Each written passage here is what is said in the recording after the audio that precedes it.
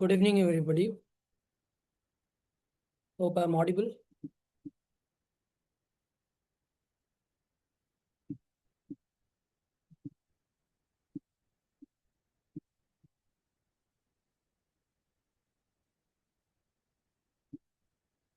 Hello. Okay. Okay.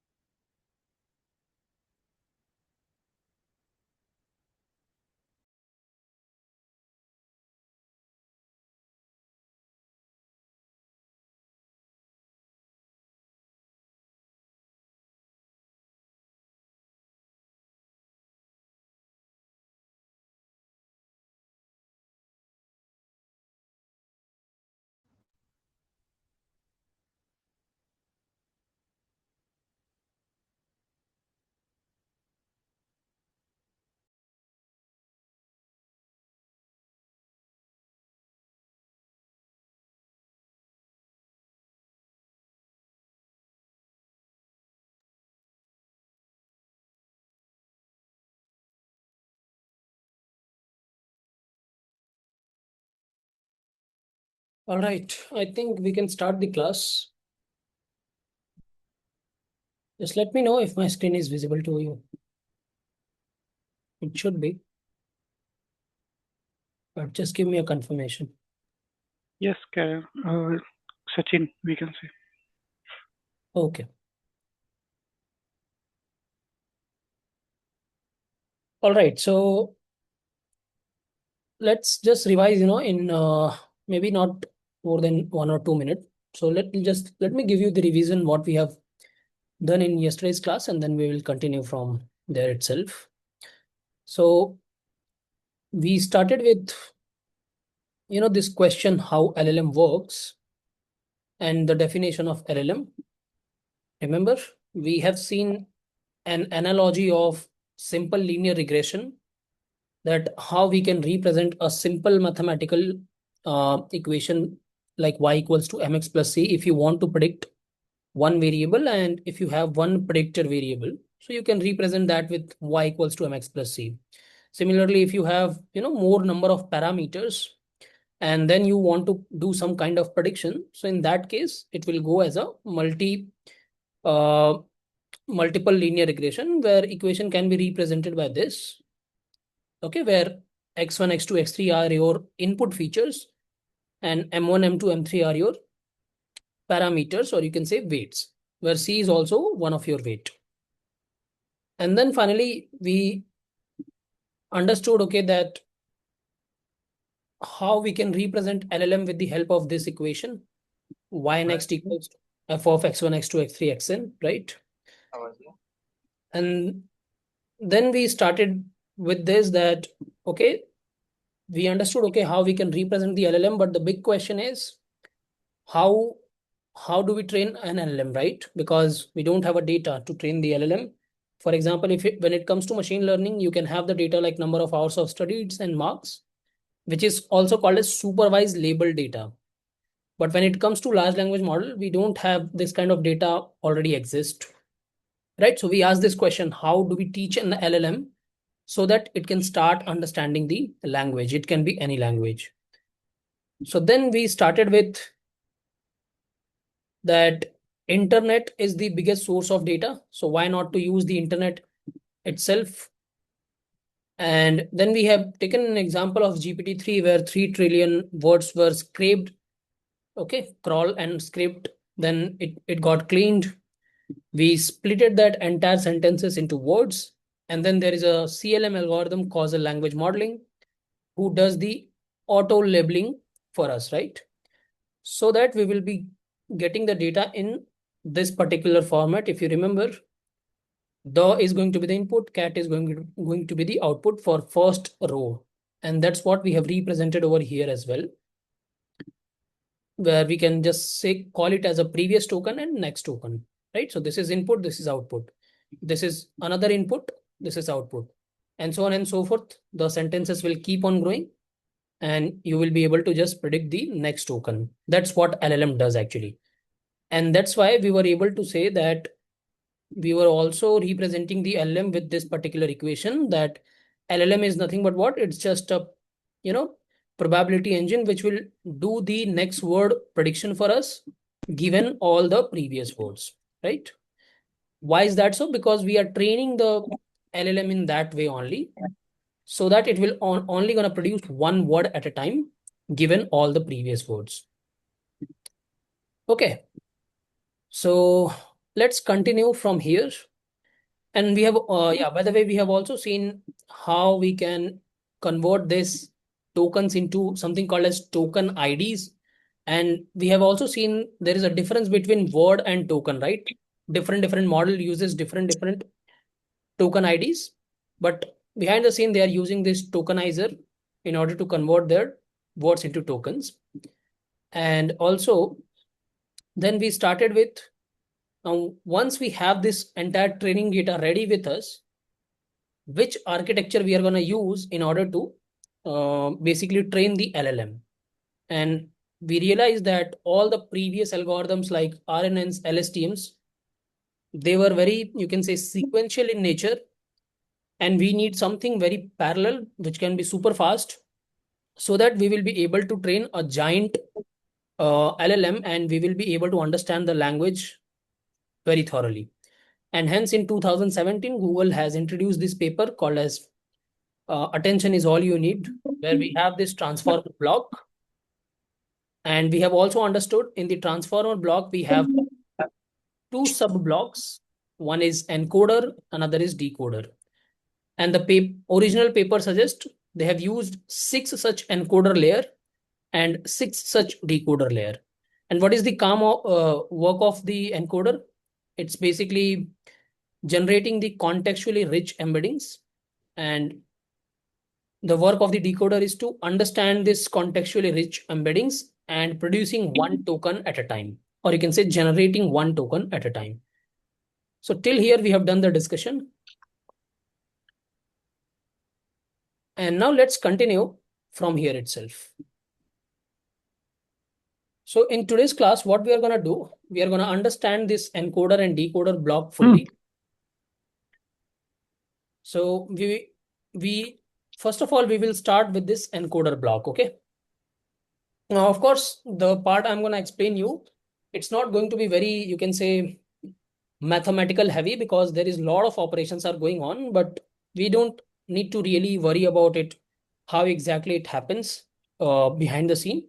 But we should have the idea, at least the overall idea.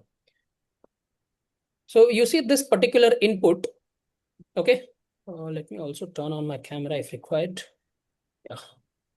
So this particular input, we are going to send it to very first block, which is called as input embeddings. Now this input is nothing but, the token IDs. We are not directly going to send the tokens to the any kind of algorithm or this particular transformer block, because they don't understand English or for any language. So what we are going to do, instead of sending this tokens directly, we will be converting it into a token IDs. So let me just create one more column over here. We can call it as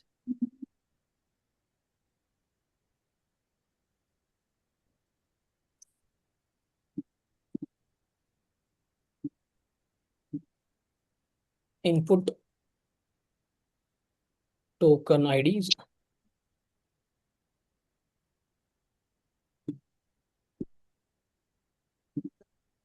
And similarly, we will have something called as output token IDs.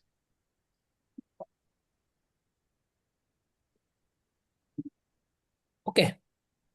Now, as you know, in today's world, large language models are able to understand a lot of things. For example, if you ask them, hey, can you convert this particular sentence from maybe one language to another, maybe from English to Hindi, they are able to do it, right? If you just ask them to, can you please summarize this sentence, they will be able to do it. So they are not working on one particular task. they are doing a lot of various tasks, right? So in order to understand this transformer fully, we are going to consider one example, and with respect to that only, we will be having the discussion. But it will work in a very similar manner for all the other tasks as well. So we will be considering one example. Um let's say we are going to start with the translation example only. Okay, translation, where let's say I have one particular sentence, we are friends. And let me just quickly convert this into Hindi.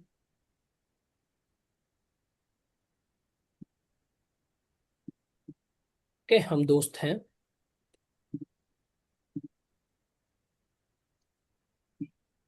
Let's say this is what we want to do. So we need to achieve a translation task where we have this we are friends and we need to convert it into a Hindi translation हम दोस्त हैं. Okay.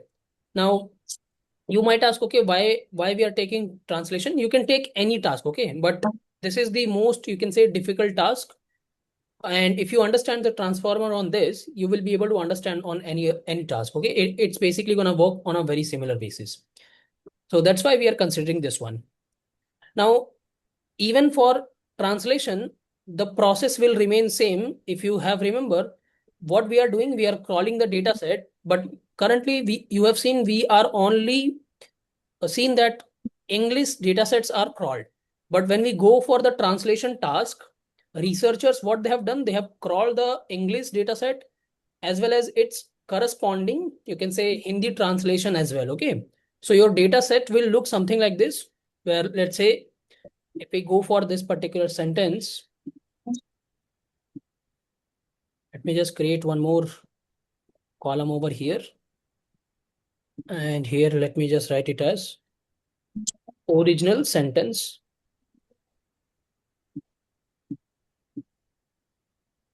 And we can just take an example. We are friends. Now you can consider, millions and billions of rows like this. And then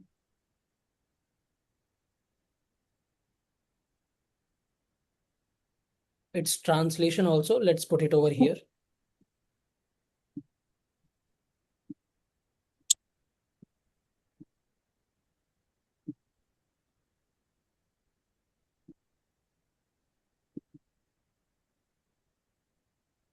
Translation.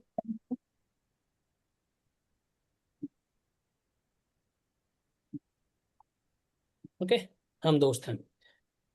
And now we will be converting this into input token IDs. Now this can be represented by, let's say if we are representing V by maybe 74, comma R is represented by maybe 87. I'm just giving any random numbers, but you have the idea how we can represent token IDs. And per friends, you can have maybe, let's say, 90. And by the way, let's just check by going to the playground. And let me just type this one. हम दोस्त हैं. And you see, for हम दोस्त हैं, it's coming in this format, right? You see, this is how it is being tokenized.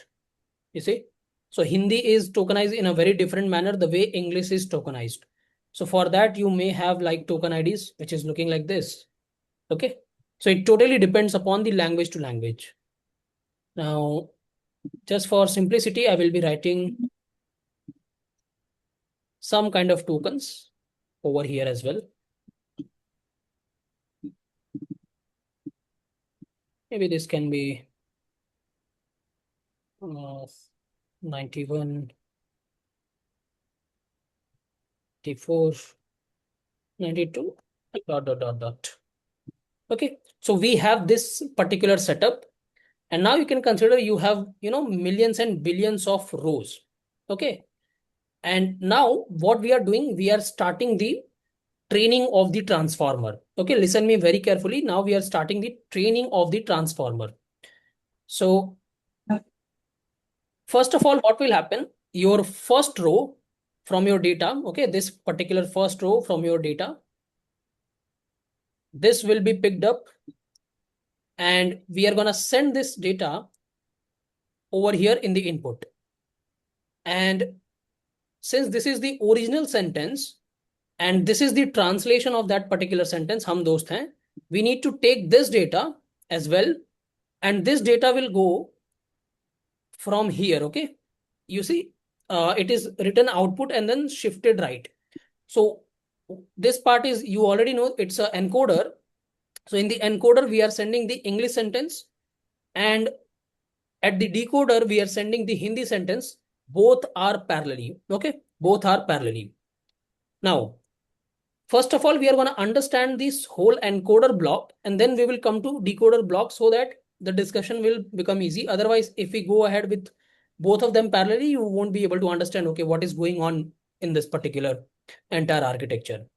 So now you just focus that we have sent this we are friends from here, and now whatever process it's going to happen over here, I'm going to explain you. But you just have to keep in mind that at the same time, the Hindi sentence which we have sent from the decoder, that is also being processed at parallelly. So both of them are being processed parallelly. It's not like encoder is doing first and then decoder is doing second. It is happening in a parallel fashion. Now let's start the discussion of this encoder. So we have sent this particular sentence, we are friends, but what we have sent, instead of sending we are friends, we have sent this input token IDs from here. Now, as soon as we have sent this input token IDs from here, it goes to which particular block? Input embedding. So here the first embedding block comes, and let's now try to understand what is the objective of behind this particular input embedding, what it does actually. So in a nutshell, if I say, embedding is just a way to capture the semantic meaning in your data. Okay, semantic meaning in your data. So for example, the very first way how you can represent this token IDs, it doesn't have any semantic meaning. For example, if I ask you, let's say here it is written we are friends, but what if I write, we all are friends? So don't you think even if we add all word over here, the meaning will change, right?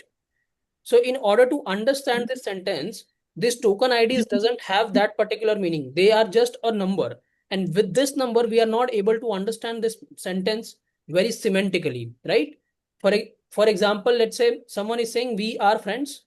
And if someone is saying this same sentence in a different way, let me just copy this and then try a similar words for this. Similar sentence, by the way. Give me two, three similar sentence like this, which is semantically same.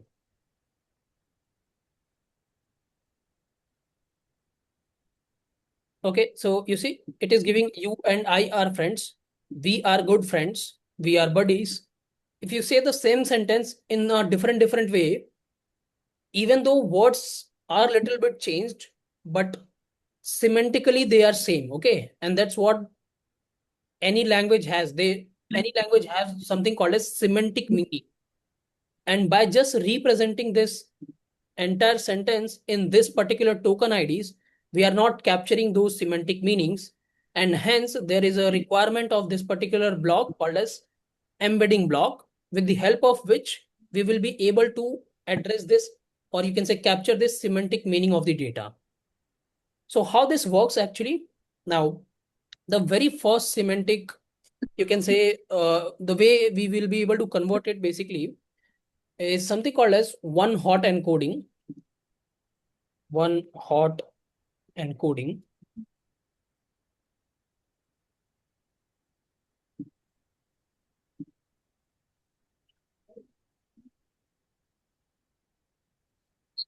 So you see, there is example I'm giving you. Let's say this is my word apple, chicken, broccoli, and calories. Let's say I want to understand Apple, so what I will do, let's say I only have 4 words in my total vocabulary size. When I say total vocabulary size, you can understand vocabulary size by the entire data set. Okay. So in the entire data set, let's say I have only these 4 words: apple, chicken, broccoli, and calories. And let's say I only want to represent these 4 words so that I will be able to uniquely identify this. Okay. So what I can do, a very simple manner, I will just put, below apple, let's say 1, and rest of the things I can make it 0. Let's say, let's not consider calories as of now. So I will just say apple as 1, chicken 0, broccoli 0. I will say apple 0, chicken 1, broccoli 0. So in this way, I will be able to identify chicken. And if I say broccoli 1, apple and chicken 0, I will be able to identify broccoli. But this is a very, you can say, basic level of uh, way in order to represent your words. Still, it's a good way to represent your word so that you will be able to uniquely identify it, but it doesn't capture a meaning. And from here, actually, the concept of embedding started. People started thinking, okay, how we will be able to represent any kind of word into higher dimensional space so that it will be able to capture the semantic meaning, okay, in the entire data. Now, let me just tell you what is the drawback of this particular method. So if I take an example, let's say, if I take an example of river bank, okay. Uh,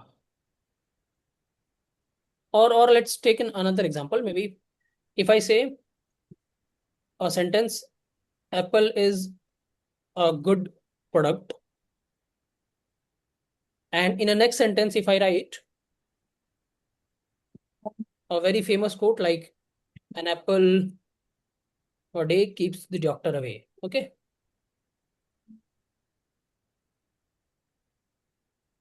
doctor away. Let's say this is my 2 sentences.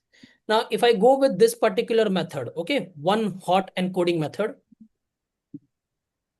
you see this apple, we will be end up representing this apple with, let's say, okay, let me just show you first how one hot encoding works. And then we will convert this entire sentence by using one hot encoding. So first of all, you have to count the total number of words which is present inside your entire vocabulary. Okay, let's say this is our entire vocabulary, only 2 sentences. So here apple is 1, so you can create a matrix which looks like this. You will have, sorry, apple, all the unique word, and then we have is, we have o, we have good, we have product, then we have an, okay, we have apple or then day, then we have keep, then we have the doctor, and then away. Now I've written all of the unique words. Now let's say I just have to do apply the one hot encoding. So what I will do, let's say I just first of all I will start with the apple. So I will just make apple 1, and rest of them will be represented as a 0. Okay. So let's come here. This is 0. All of the words are basically 0. Oops.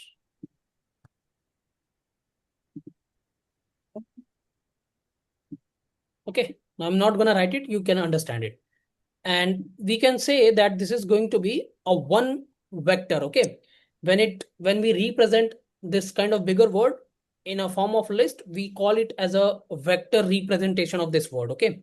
Remember, listen me very carefully. Why this word vector come? Because it's nothing but a one-dimensional matrix. Okay. And a one-dimensional matrix is also called as vector. Now, when I say matrix, it's a very same matrix which we have learned in our 11th and 12th standard. Okay. Those matrix multiplication, matrix division. So let's say in your matrix, if you have only one row, okay, it can be any big, that particular row is called as vector. Okay. And that's why we are representing this entire sentence, one sentence by, sorry, apple, one word by this vector where apple is 1 and rest of the things are 0. Let's say if I want to represent product, so what I will do, just below the product I will write 1 and rest of the things will go 0.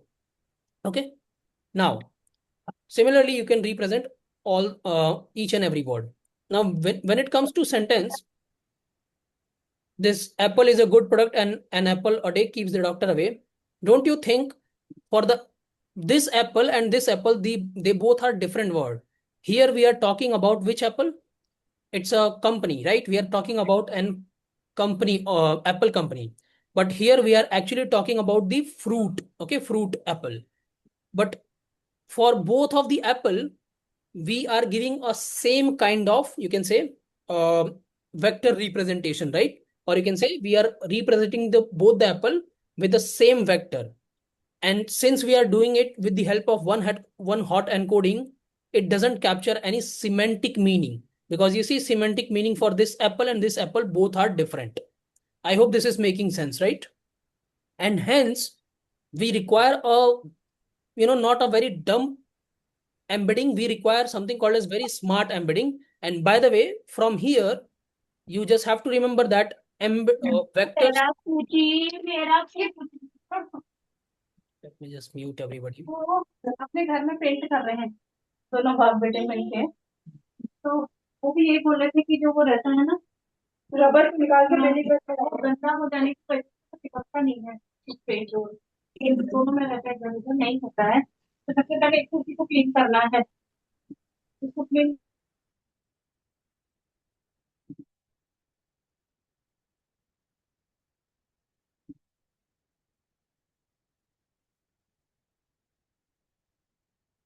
Okay.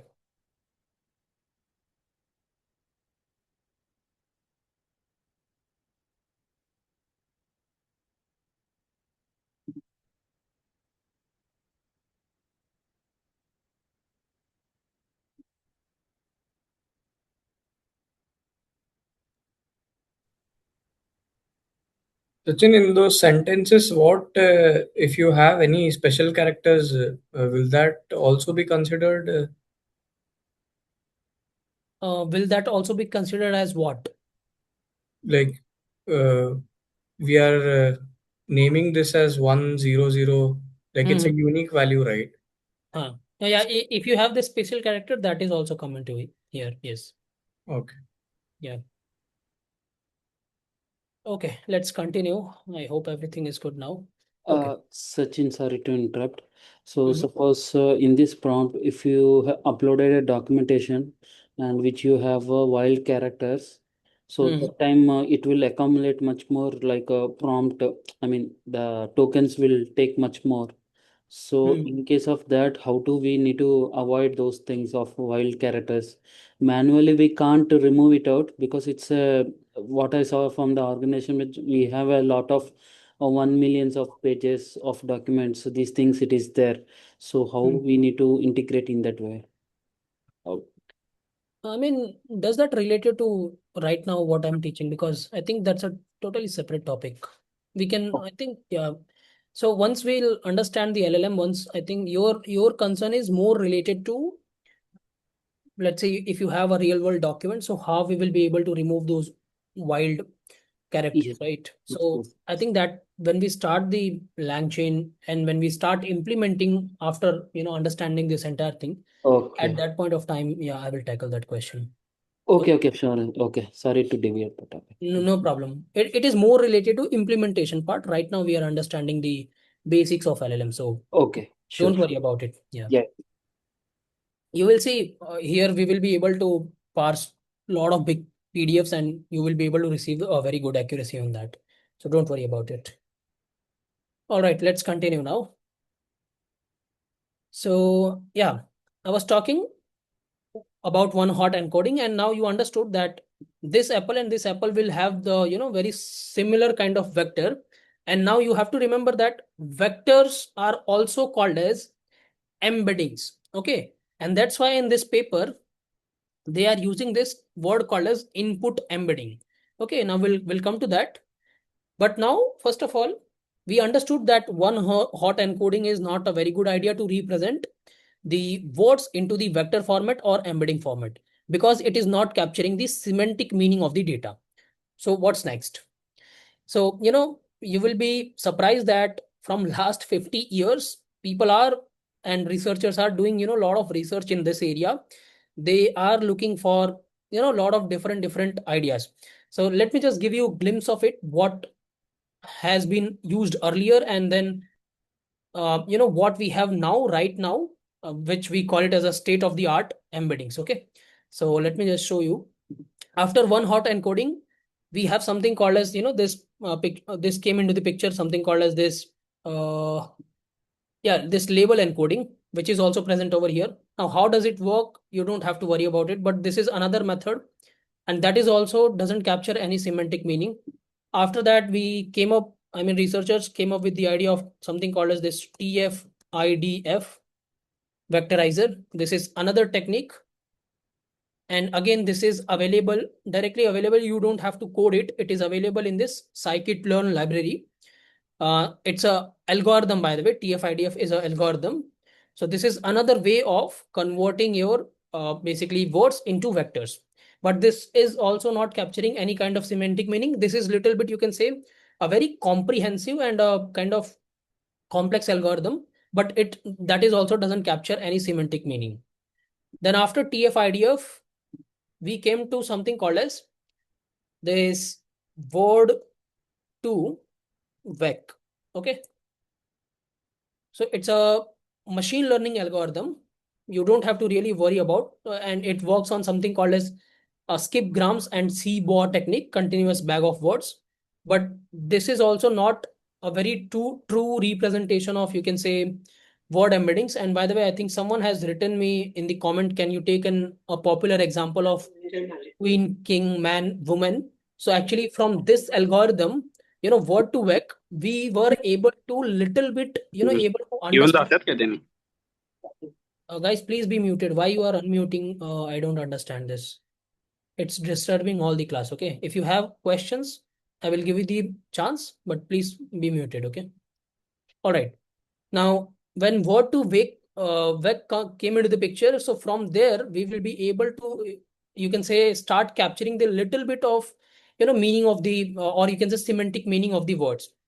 So it's a very popular example, by the way. You see over here, when you take, any kind of word, for example, this one, king, queen. Let me just remove this. Yeah. So you see, when you take a word and when you represent that word into a three-dimensional space, by the way, word to vec uses internally maybe somewhere around 200 dimensions. But what they have done, they have represented that 200 dimension into only 3 dimensions, because we can't, draw a 200 dimensional space, right? So they have taken this word king, queen, man, woman, and they have just drawn it. So, this is x-axis, y-axis, z-axis, and just they have considered 3 dimension, and they have plotted these points. Okay.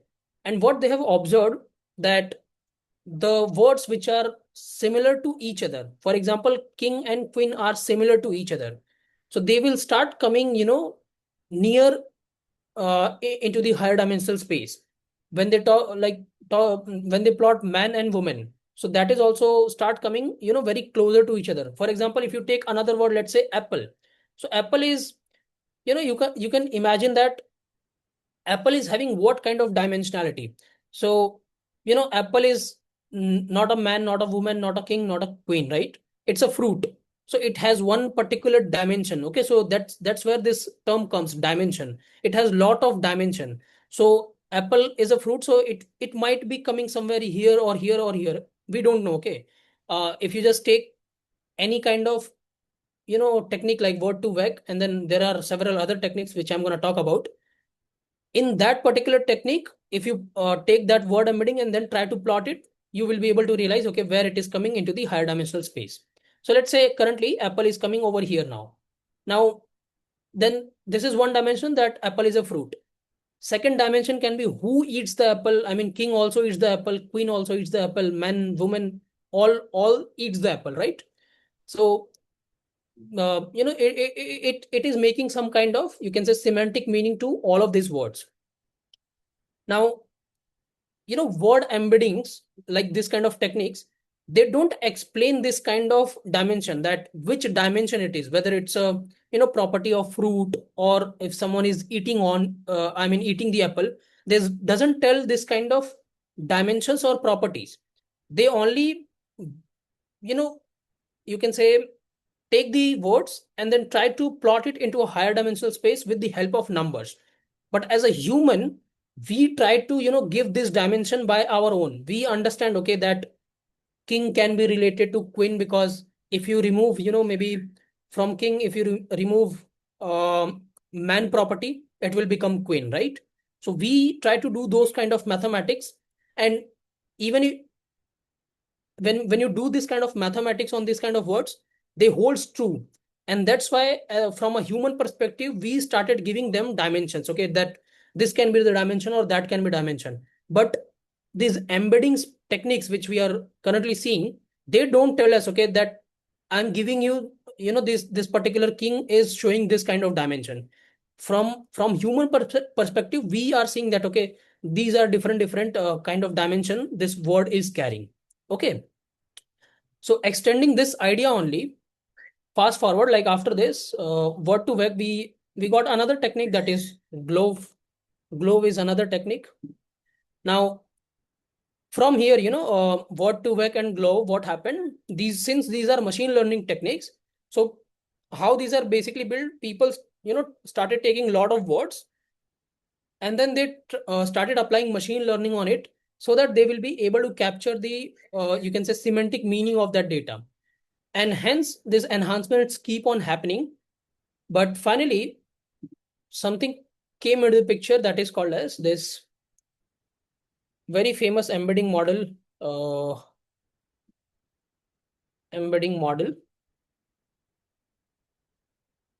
by OpenAI. When GPT was released, so embedding model GPT, I think they will show you the latest one right now. But anyways, so what happened when GPT was being trained, at the same time, let me just go once again into this transformer. Yeah. So when GPT was being trained, they have this entire transformer architecture in front of them, and they have all the previous embedding techniques as well. And at that point of time, of course, this word to vec, globe, these are, you can say, state of the art algorithms, or state of the art, you can say, methods using which they can represent their words. But they started finding problem in it, because these are very good techniques, but still they don't cover whole entire meaning of the data. And hence, parallelly, when they were building the GPT, they also build a embedding model. And now you understand from where embedding word is coming. It is coming from the vectors only. So they started building this GPT embedding model as well. For example, right now, if you see, we have a lot of OpenAI embedding models like GPT-3 large embedding model.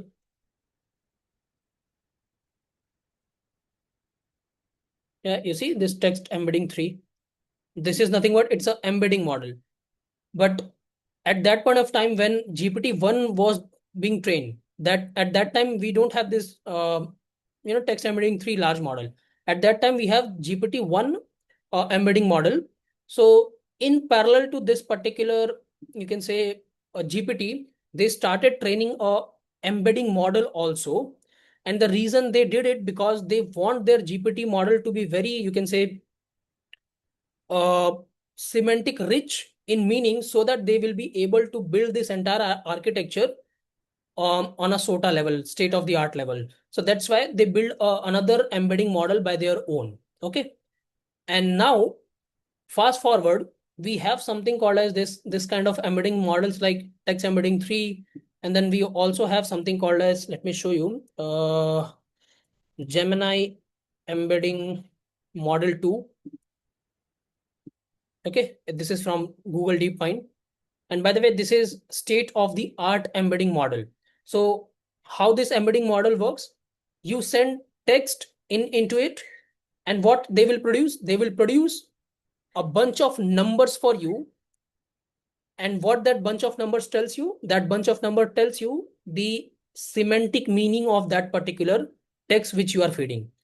Now, when we talk about Gemini embedding this kind of models, so they are not only supporting the text, they can also support images. So you can feed the images and they will be able to represent your images into a higher dimensional space. You feed a video, they will be able to represent a video also with the help of vectors only, the concept which started okay with one hot encoding. But now it is like in a more sophisticated way. You say you feed any kind of PDF, they will be able to generate the embedding of that PDF directly. So this kind of models like Gemini embedding 2, they not only support text, but they also support PNG files, PDF files, video files, audio files. So it is basically these kind of models are called as multimodal embedding models. Okay, remember this, multimodal embedding models. Now coming back over here.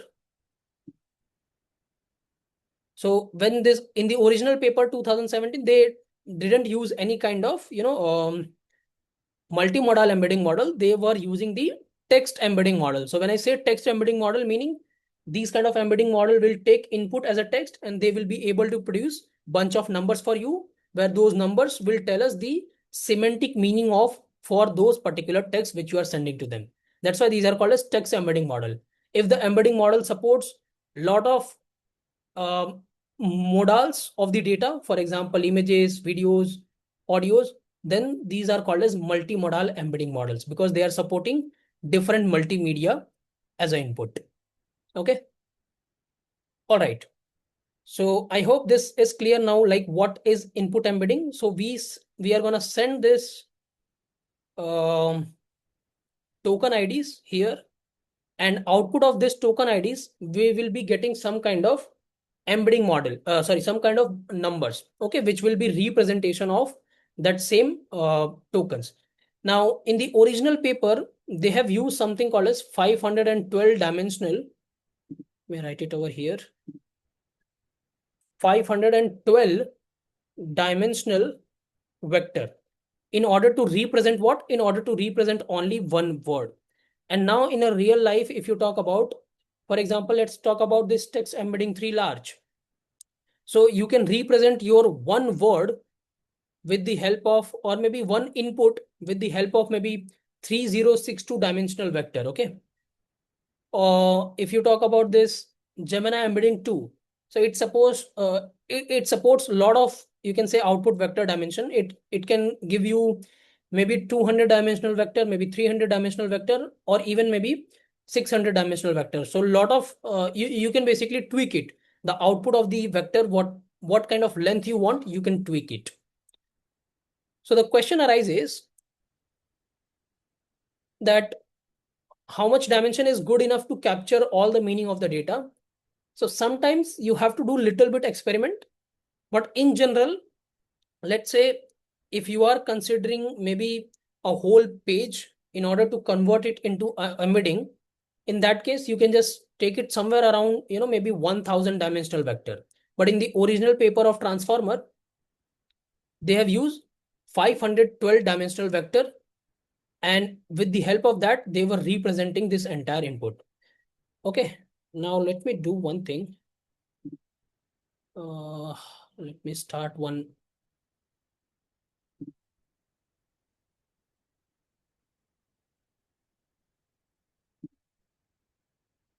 It is.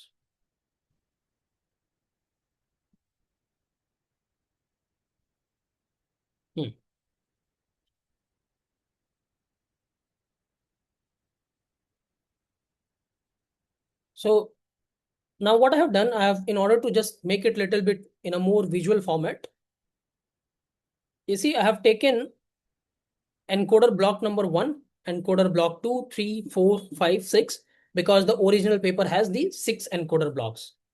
And currently we are understanding the first encoder block. And in the first encoder block, we started with this, that this is the sentence, we are friends. Okay, this is my token. I have converted them into token ID. This is just a representation. Any number I've given, it might change, okay, depending upon the model. And then we have sent this token IDs to this input embedding. And when this, when the processing will happen, we are gonna get the vectors, okay? So the vector will look like this, you see?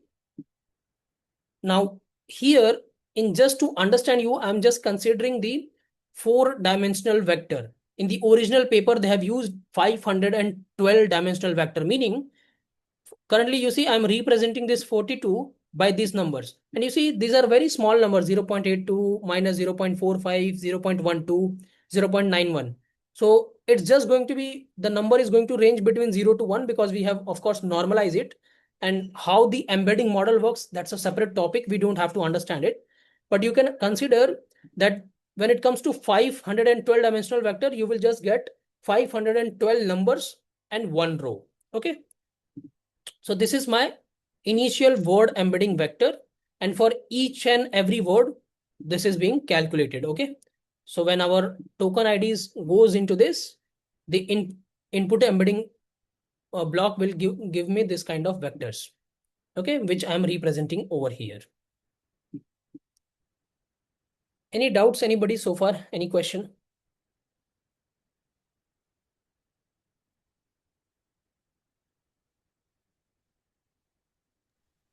Hello. Yes, please go ahead. Yeah, hi Sachin. So I have a doubt. You're saying like 512 vector size, right? Mhm. So does it mean like each token ID, or you're Each saying token the ID. whole Each input? token ID. You see, token Mhm. ID 42 is represented by this 4-dimensional vector. For Mhm. just understanding, we are taking 4-dimensional, but in the original paper, it is 512.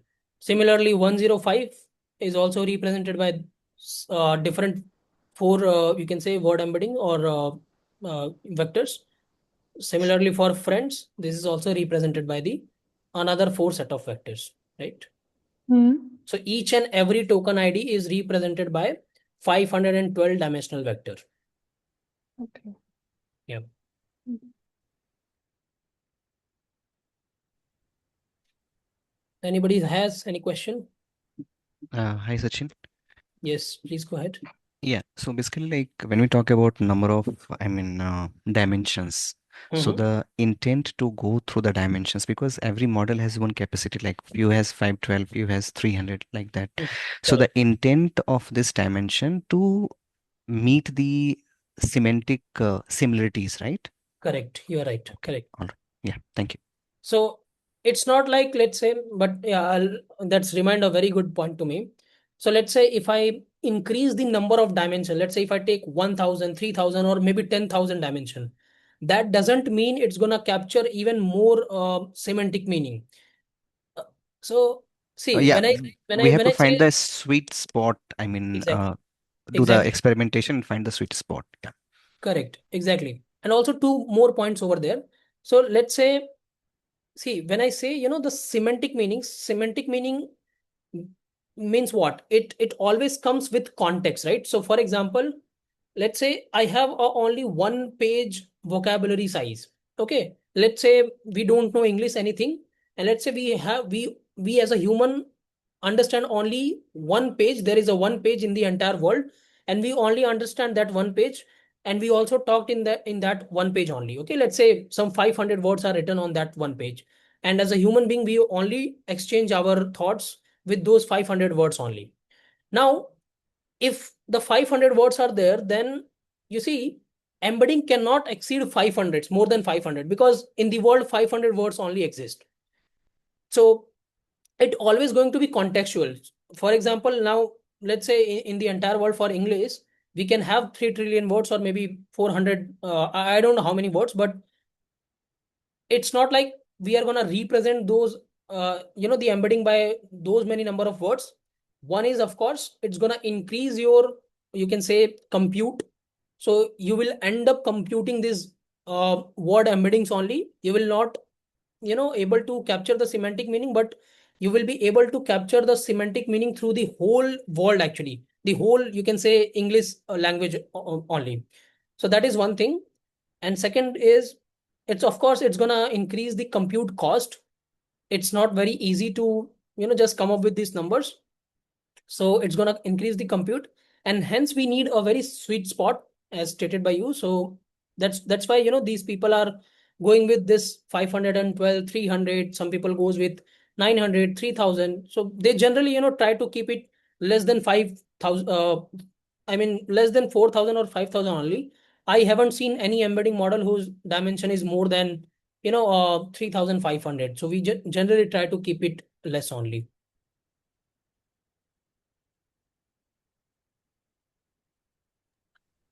I see. What is the meaning of token ID? That we have to define any number 42 something, or is there any algorithm that decide? Who's this? Kaushal this. Have you attended the previous class? Yes.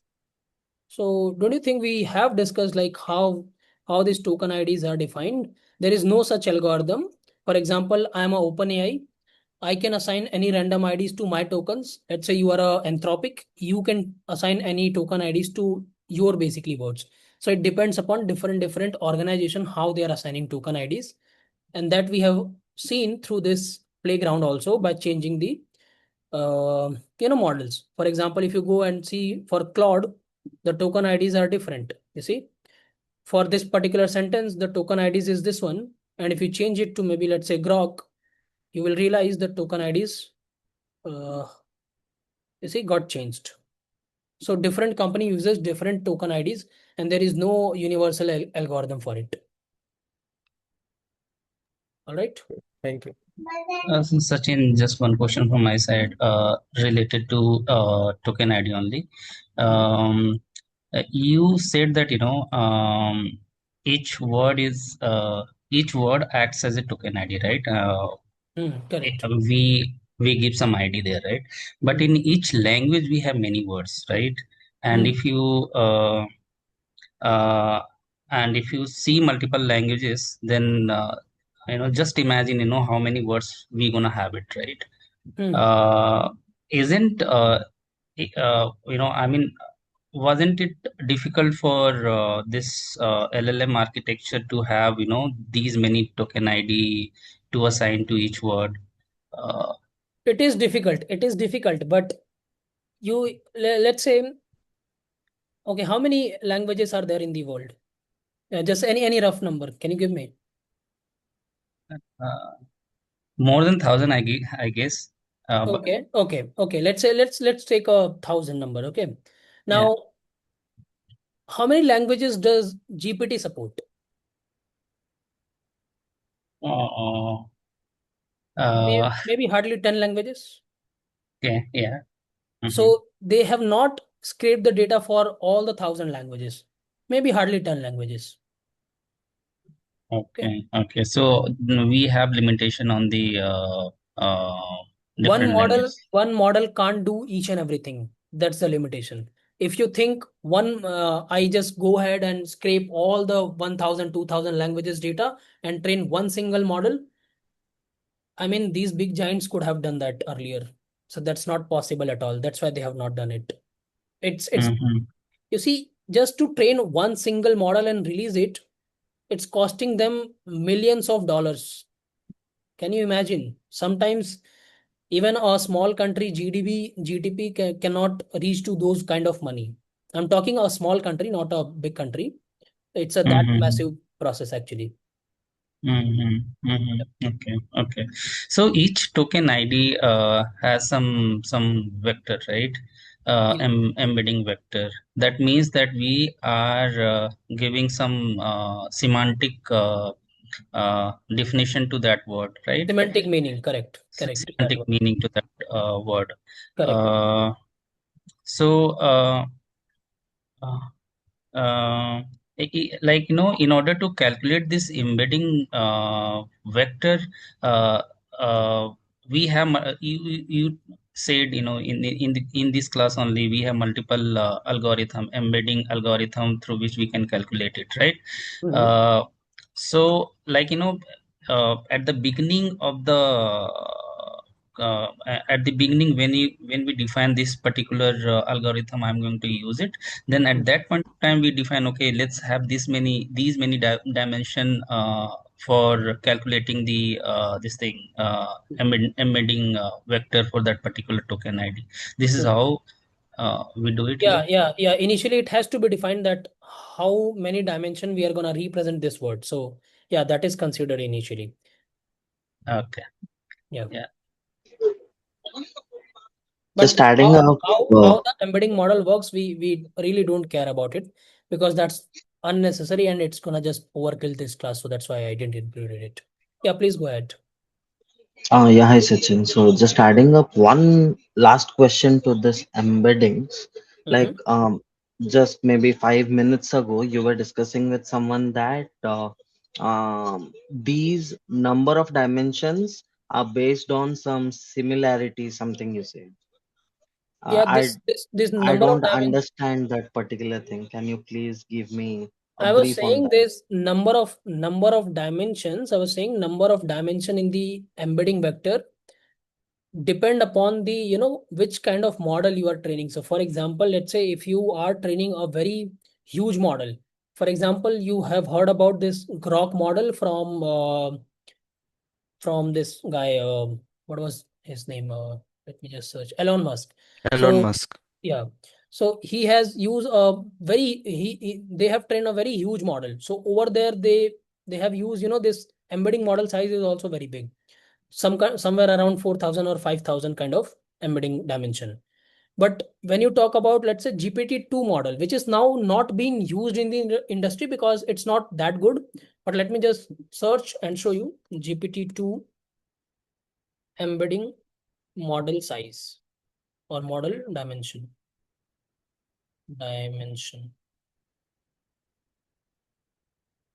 So it uses 768 dimensional vector. You see, you can search for GPT-3.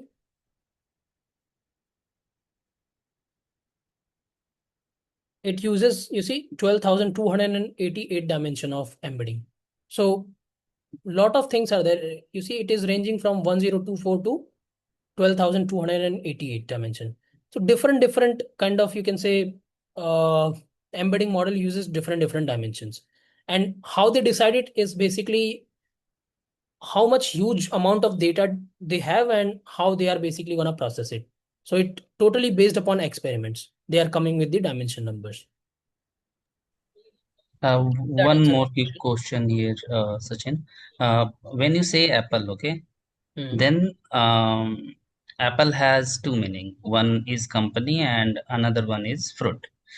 So one word can have multiple embedding value for the same word. Sorry, come again. What's your question? Why did I ask you this question now? Because apple, one word can have multiple meaning, multiple semantic meaning, right? Correct. Apple can act as a product, apple can act as a fruit, right? Correct. So,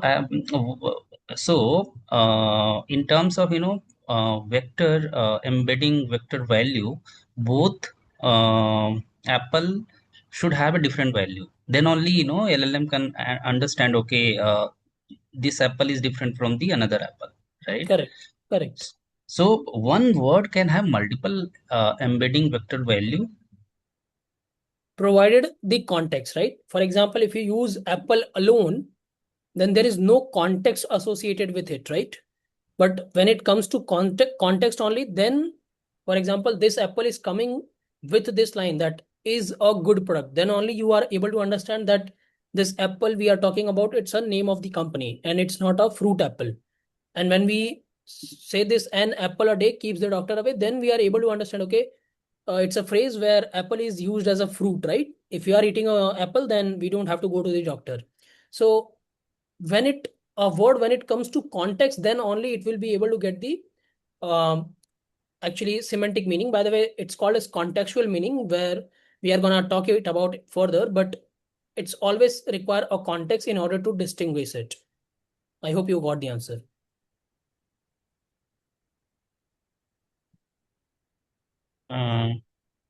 Or Yeah, we'll hear. I mean, we'll hear more on this. As you were saying that. yeah, Yeah. yeah.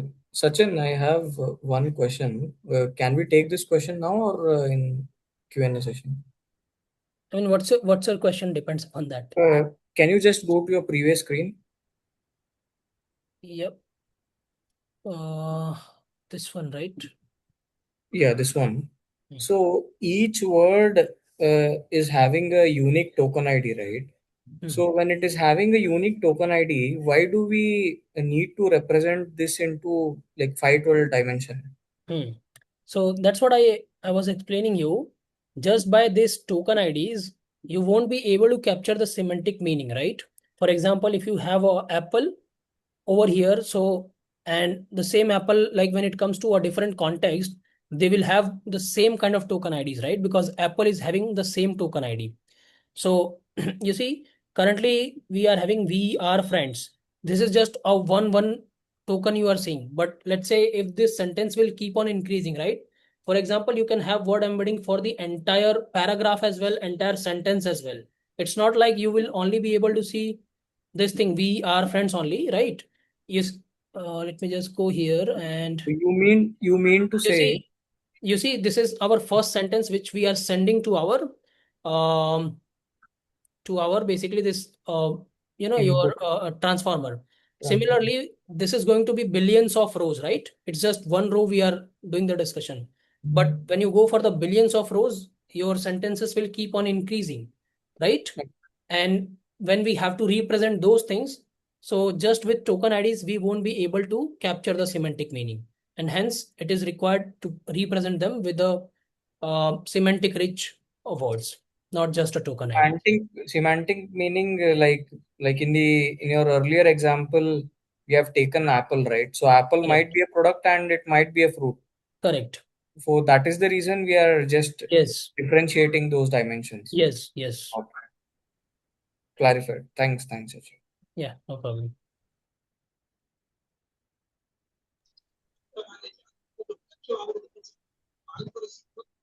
Any more questions? Anybody?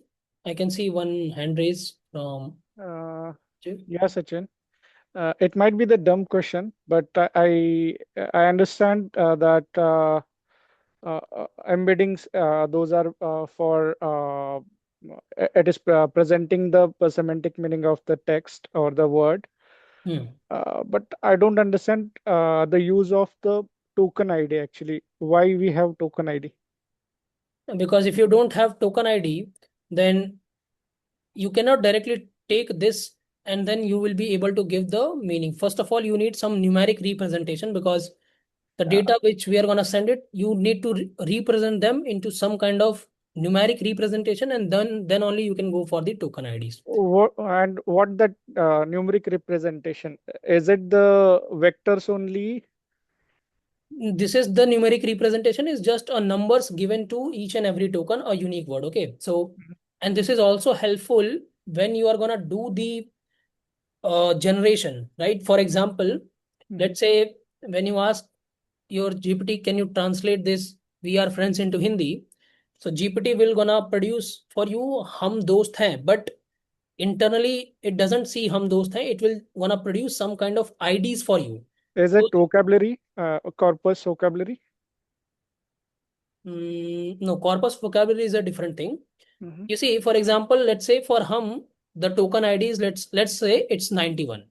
Yeah. The GPT when it produces the output, it will produce 91, but there is a layer on top of which we are going to talk it about that layer. We call that layer as a softmax layer, which will convert this 91 to a corresponding, you can say, probability score, and then that probability score will be converted into a proper, for example, for 91 we have hum word, right, or hum token, so it will be then converted into hum. Similarly for those we have 84th number token, so that will be converted like that.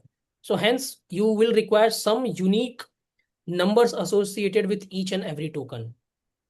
So, so let's say the input tokens are this and we are getting output token of this, then what is the embedding? So embedding is for to capturing. Embedding is to represent this input tokens into a higher dimensional space so that we will be able to capture semantic meaning. Okay, Those are understood. called as embeddings. Yeah. Understood. So, Sachin, so we are providing these tokens ID to embedding model, right? In the original paper, which embedding model they have used, it's not very clear, but I'm suspecting that yes, they have used some kind of embedding model like word to vec or globe only, maybe machine learning embedding technique or maybe any embedding model, but that's fine. But yeah, you are right. At the end, we are taking this tokens. So this input is, it's not words, it's tokens, and we are sending it to embedding. It can be word to vec, it can be glove, it can be your embedding model, doesn't matter. It has some embedding, and then finally it is gonna produce some embedding vectors for us. Embedding vectors. Yeah. Okay. So, one more question related to embeddings. So, as you said, that the bag of word or one hot encoding are not being used now, right? Yes. I mean, So, they are being used, but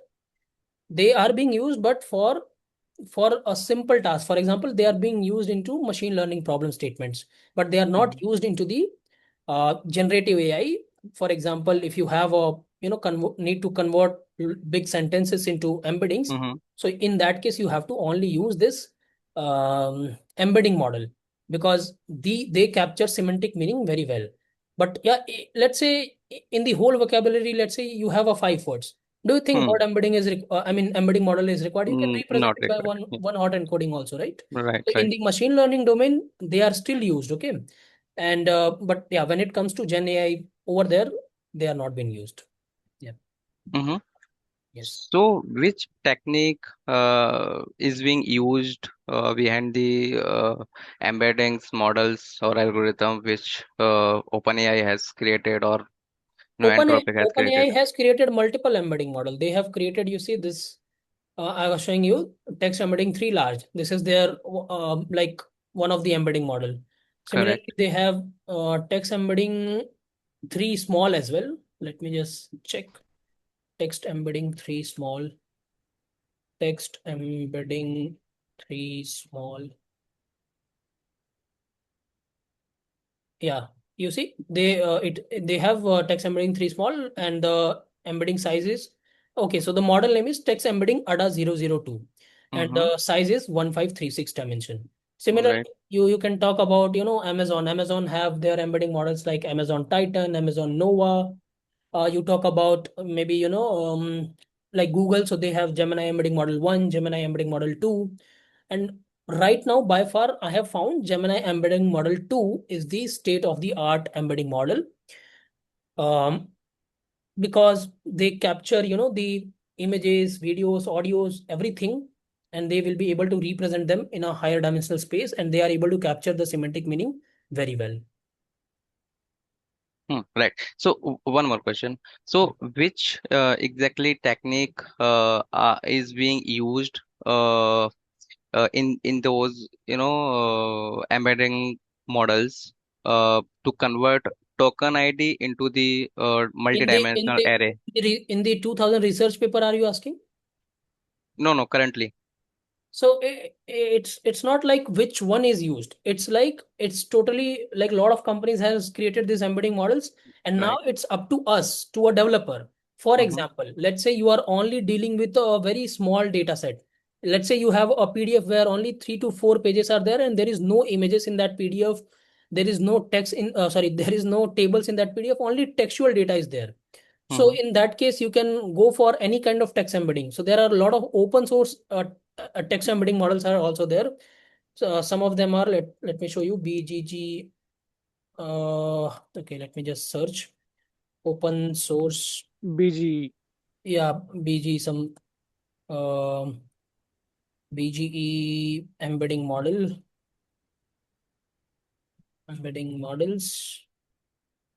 Yeah, you see, these are BGM3, and then you have. Well, let me just search directly like here, open source embedding model. and you can just go to the Hugging Face. Now, why, you see every time Hugging Face is coming a lot of time.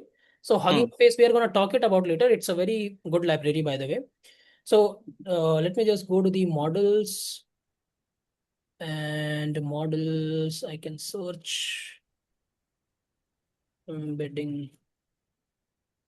You see, a lot of embedding models are coming, and these are all open source, freely available via a Hugging Okay. Face platform. You see, a lot of embedding models are coming.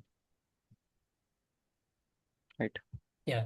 So it depends upon your use case. By the way, we are going to discuss it like once we are going to start with the use cases. Once we are going to build the RAG pipelines, once we are going to build a lot of other projects, we will be using different embedding models, different LLMs as well, in order to basically solve the use cases. So over there, you will be able to understand which embedding model we need to use when.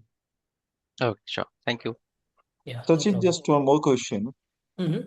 So suppose whenever we put any question to any of the AI model, okay, that question is also converted into AI vector, is it?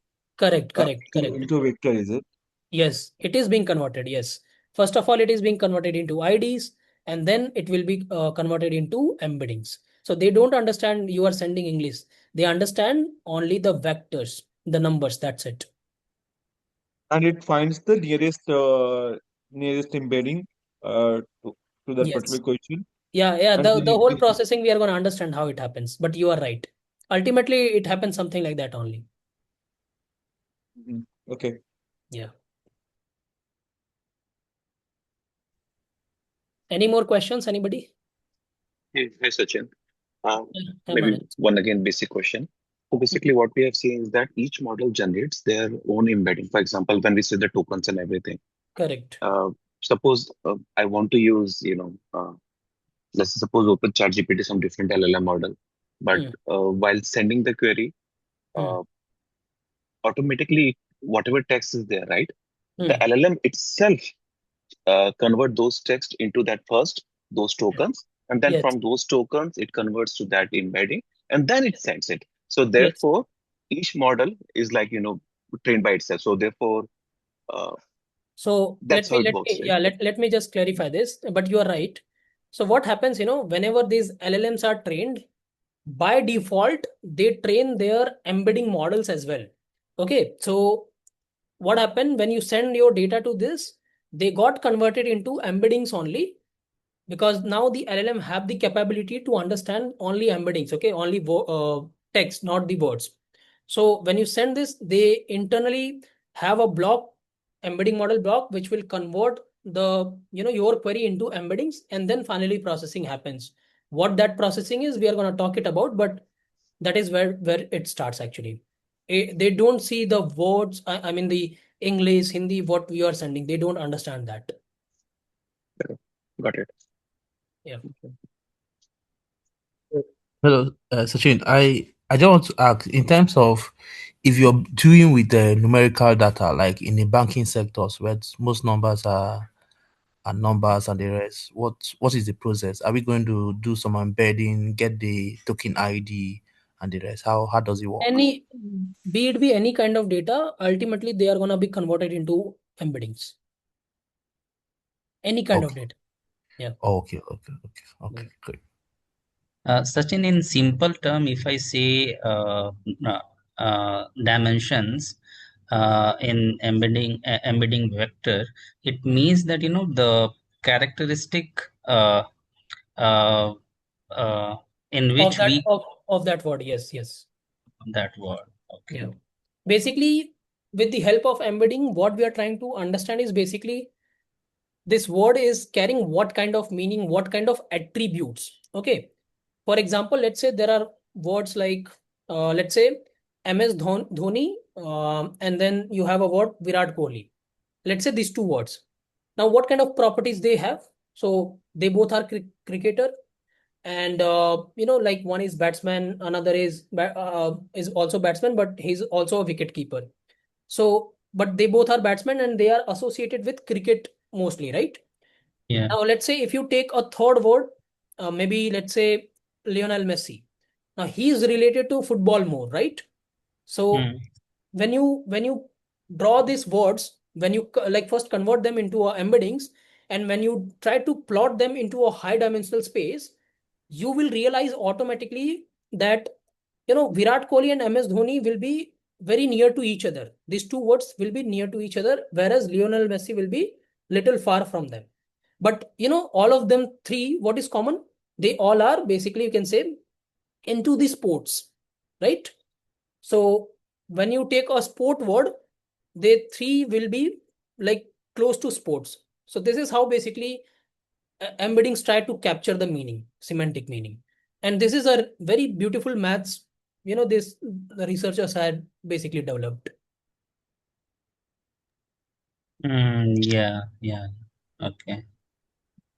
So essentially what we are doing is we are taking a word and we are able to represent that word numerically with their semantic meaning. That's what essentially is happening. So at what step this is happening? Like, when as soon as How we does give. that happen? It's not, I'm not going to teach you because it will take another maybe 2 or 3 hours of discussion. So we will be deviating ourselves from the topic, because for that actually someone has to come from the machine learning background and deep learning background. If someone is coming, I can point you to the maybe right resource if you are interested in that. But for our course, like it's just like this is embedding model does for us. That's it. There is going to be one embedding model or embedding layer which will take these token IDs and it will directly give us this vector dimension, sorry, vectors for us, or you can say embedding for us. Yeah, Sachin. Yeah. No, what I was saying ki I'm not going into the detail, but what I'm saying ki um, the value of the embedding vector is calculated as soon as the token ID uh, is given as an input to the embedding Yeah, algorithm. exactly. See, so actually this embedding model is also trained model. So this is also needs some different kind of training. Okay, and once this model is trained, you remember in the machine learning class, sorry, in the first class, what I have said, if you have a model, you trained it. Once it is trained, the weights are saved, right? And now when you give any kind of input, it will be able to predict it. Similarly, this embedding model is also trained. It is trained in a separate manner. Okay. And when this embedding model is trained, you give any kind of word, sentence, anything to it, it will be able to represent it into a basically Vector say format. vector format. Yes. Okay. So it's also a kind of model. Okay. But how Okay. it happens, it requires a whole lot of another discussion, by the way. Yeah. That's fine. That's fine. Yeah.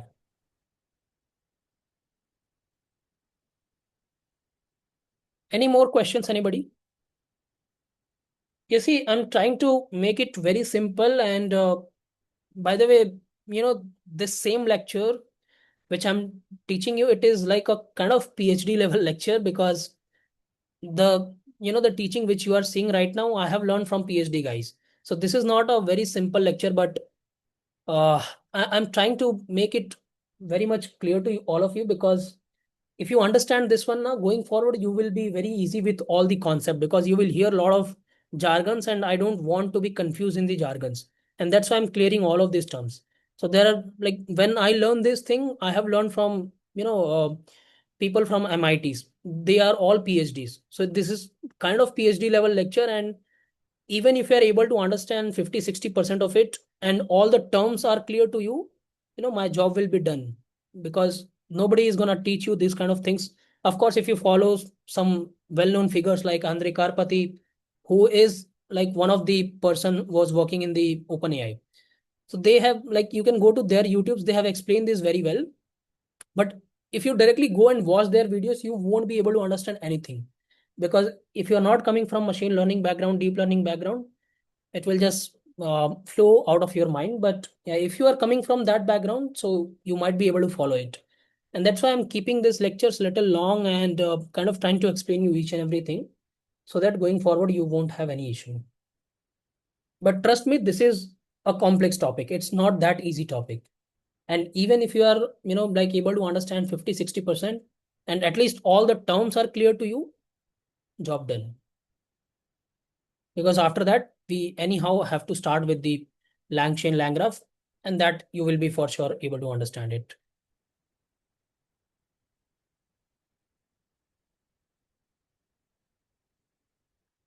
All right, any more questions, anybody?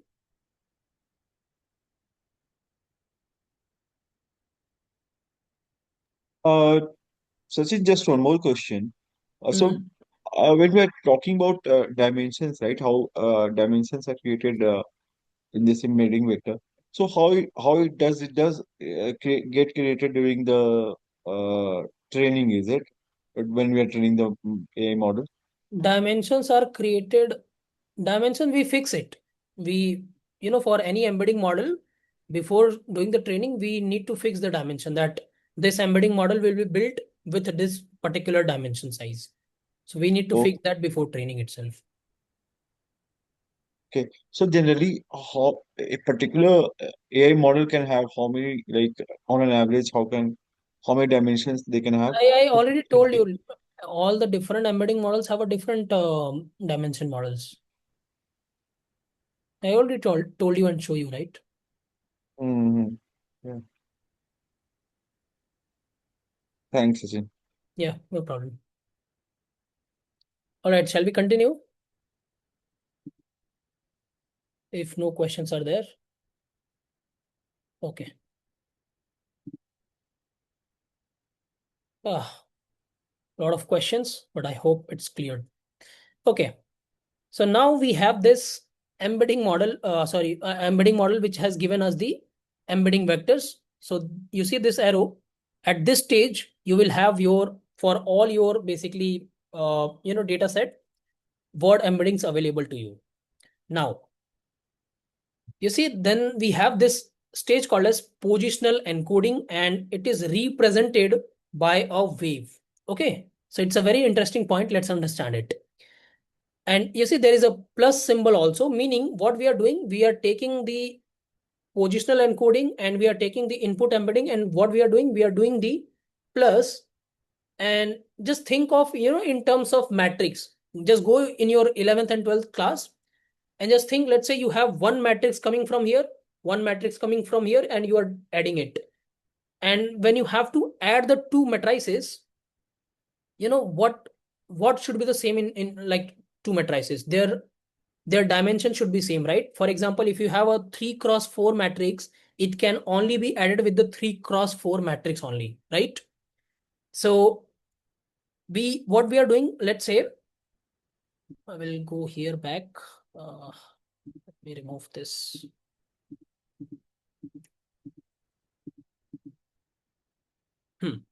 So let's say, for example, we are representing by our word embeddings by how much dimension? 1 by 4, right? So it's a 1 cross 4 matrix or a 1 cross 4 vector. So you see, vectors are in general called as matrix, but when you take only one row, it is called as vector. Okay. So you can call this as a matrix, you can call it as a vector also. Both words are accurate. Okay. So what is the dimension of this particular vector? It is 1 row and 4 column. In the original paper, how much they have taken? 512 dimensions. So 1 row, 512 columns. So basically, the size of that in the original paper, it is 1 cross 512. Correct? Now, if you want to add this 1 cross 512, so this positional encoding, this also has to generate 1 cross 512 dimensional vector only. Then only this vector addition or matrix addition is possible. Are you with me? Right? Now, in order to do this, and what is this positional encoding does actually, let's try to understand it. Okay. But just in one word, the output of this and this will be added over here. And from here also, we are going to get some kind of 1 cross 512 vectors. So this is also going to give you some kind of vectors only. And here we have already seen that we have 1 cross 512 vectors, and both will be added at this point. Now let's try to understand what is this positional encoding and what kind of vector it produces. So as you know, this entire architecture transformer, it is in parallel in nature, right? So we are sending this entire sentence, we are friends, in one go, right?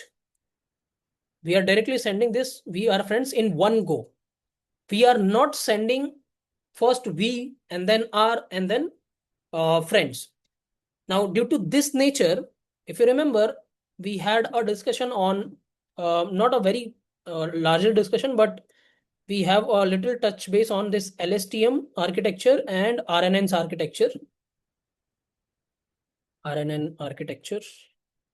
Now, both of them, they were also doing the same thing, but they were using a different kind of architecture, and they were not parallel. But over here, we were sending the data one by one. So, for example, if you want to do the same kind of like translation, we are friends to Hindi, hum dost hain. So you need to send, we at time equals to 0, at time equals to t equals to 1, you have to send r, and then at t equals to 3, you have to send friends. So it is sequentially in nature. And due to this, this architecture what not scalable, and people have basically discarded it. But it has one advantage. Since we are sending the data one by one, we don't have to tell about the position of the words, at which position it is coming, and that is missing in this particular architecture till here, because we are sending all the words in a parallel. And hence there is a requirement of one more layer, which is called as positional encoding. Okay. And what does this what this block does actually? So it basically tells the information of the position of the words, at which position which word is coming. Okay. So that is what this positional encoding does. Now, how it does actually, and why we have this wave symbol. So now how it does actually, it requires a formula. So let me just go back over here and show you that formula. So let's come to the next step. Yeah. So you see, in order to calculate the position embedding, we are using this formula sine of, it's a sine function, position divided by 10,000 raised to 2i by d. And also we are combining this curve, or you can say sine function, with cosine function. So generally we are not going to deep dive into the formula, because that doesn't going to give you any kind of edge. What I'm trying to say is, basically, we have one sine curve, we have a cosine curve, and we are combining it. And in this sine curve and cosine curve, what we are sending, the basically initial word tokens only. Okay, so we are sending this initial tokens only over here. So you see this tokens which we have here, it is going as an input over here also, and from here we are getting the positions of this basically input tokens. And behind the scene it uses this formula. We don't have to worry about it, because nobody is going to ask you this formula, how does it work. But just remember, it uses this sine curve and cosine curve, due to which you will be able to get the positions of your you can say words or IDs. And that is how you get, once again, like 1 cross 512 dimensional vector out of this position encoding. From word embedding, we already have this 1 cross 512, and it is being added over here. And finally, it is now at this stage, when the output come after this particular block plus block, you will have two information in your data. One is position of your data, like which word is coming at where, and also the semantic meaning of your data. So till now you are able to capture two things: positions and semantic meaning of your data. And then we are going to send this data to the encoder block, because the actual encoder block starts from here. Okay. Now let's come to this point and let's discuss how this encoder works now. Sorry to interrupt, Sachin. So, are we sending entire sentence to the positional encoder or the token only, one by one? Not one by one. They are also fed parallelly. Okay, entire sentence to the positional encoder, right? One row at a time. Okay. One row at a time. Yeah, You can understood. consider this entire one row at a time. Okay, understood. And these are the tokens or the words? Of course, tokens. Tokens. Yeah. Okay, understood.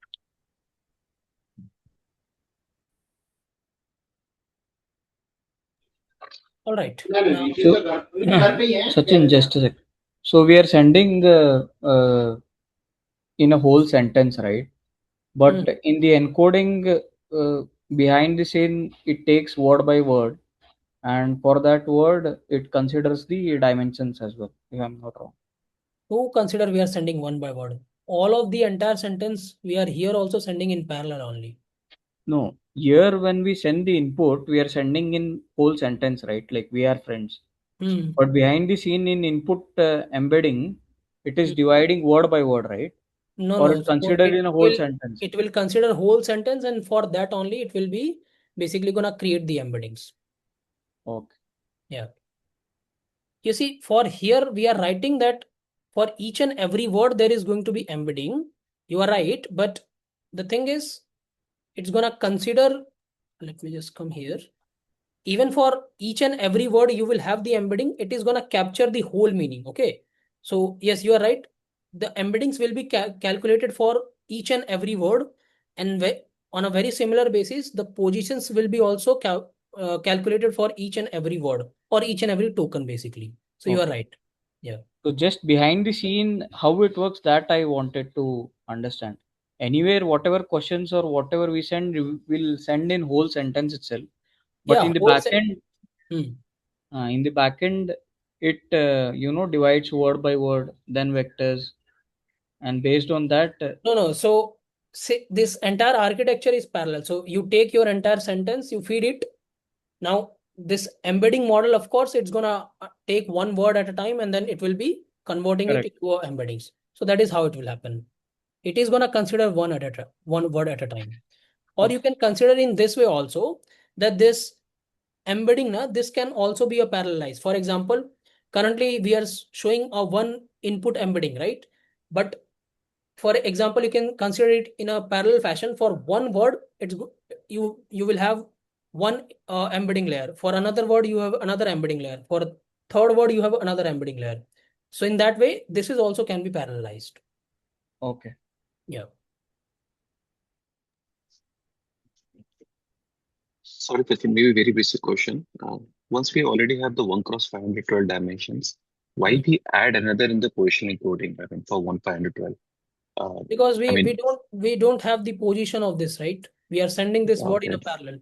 We Got don't it. know which word is coming at which position. And when it comes to language, it is very much important information that which word is coming at which position. Then only we will be able to make sense out of Got it. it. So if I understand it correctly, right? Suppose we say that Apple is a good product and Apple a day is a good for health, something like that. Now, Apple means separate is a different thing here. When we send it tokenized and it happen in different dimensions. Now we just want to ensure that it understands the meaning of Apple correctly for both the sentences because Yeah. both from the position level is different. Yeah. So for example, if you send the data, let's say, my name is Sachin. And if you send the data in a reverse order, let's say Sachin is, sorry, my name is Sachin, and then Sachin is my name, let's say in a reverse order. So it's gonna treat even if you are sending it in a reverse order, it's gonna treat it as the same, because you see the tokens are same. But since we are sending it in a reverse order, we require a positional information, right? So that's why it is required to understand at which position which word is coming. And Got that it. is being done by this positional encoding block. Got it. So basically semantic context so that, I mean, even if we change asking the question in different manner or even the context change, It's not a it should be able to semantic. understand. It's not a semantic layer is captured by this. Here we are just capturing the positions. That's it. Okay. There is nothing to do with the semantic layer on this particular, uh, I mean, by the positional encoding block. Semantic layer is captured by this block, and positional encoding just capture the position of the words, or you can say your IDs where it is coming, the positions. That's it. Okay. All right. So now we send this data, and in the encoder block we have a very first connection called very first block called as multi-head attention. Now let's try to understand what is this multi-head attention block, what it does actually. And trust me, this is a very important when it comes to Gen AI or agentic AI interview questions also.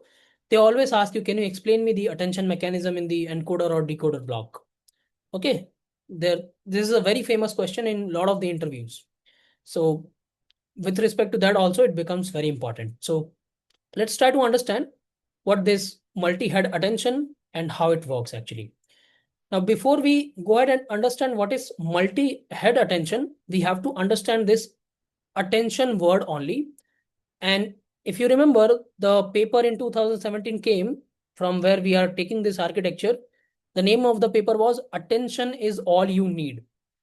And once you will understand this attention block, you see lot of where a lot of places where attention is used, but they have a different name. One is multi-head attention.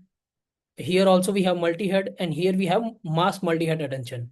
Since this is a heart of this entire block diagram, that's why they have given the name Attention is All You Need. Okay, and now we have to understand it very thoroughly, that what this attention block does actually. So let me come over here once again, and just give me a 1 minute, guys. Okay, I just need to come. So let's have a 1 minute break, and then maybe we will continue. Just 1 minute.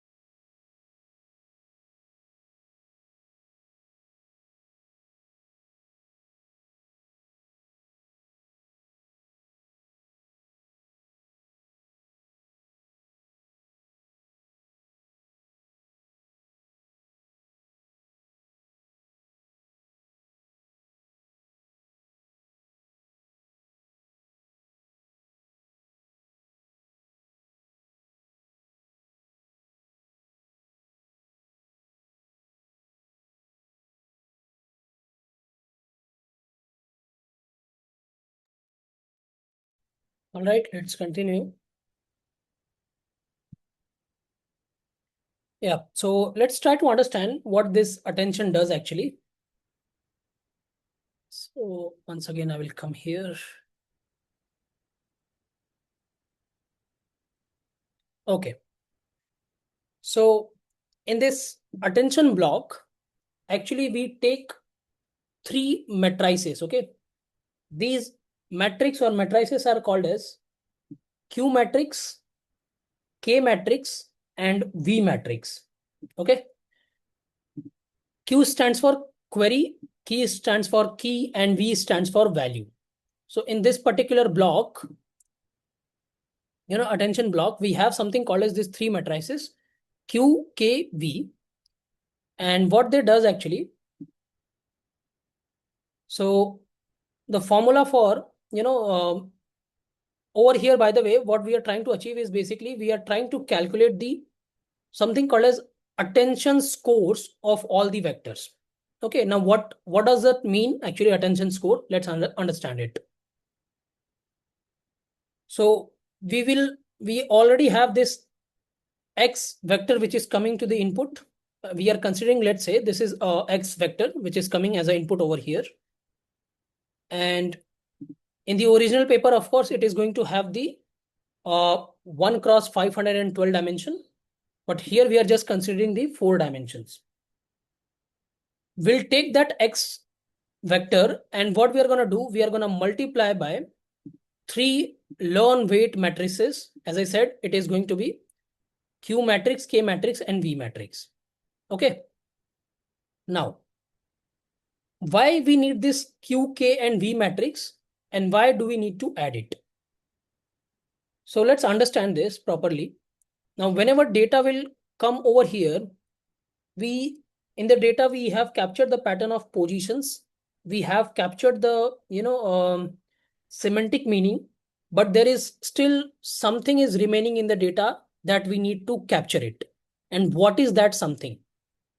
That something is called as contextual meaning of the data. For example, you see, if you only capture the semantic meaning, can you say that you are able to understand the language fully? No, because we still have to understand how each words are coming into the different contexts. That is one thing we have to capture. The grammar of the data, for example, where we need to put up the question mark, where we need to put up the explanation mark. So those grammars also we need to capture. And there are a lot of bunch of other nuances also in the, any kind of language or data we have, we need to capture that. And that is not being simply captured by this embedding layer or a positional encoding layer. And that is captured by this attention layer. And the mechanism they do it is basically with the help of this matrix. So they create internally these three matrix, Q, K, and V.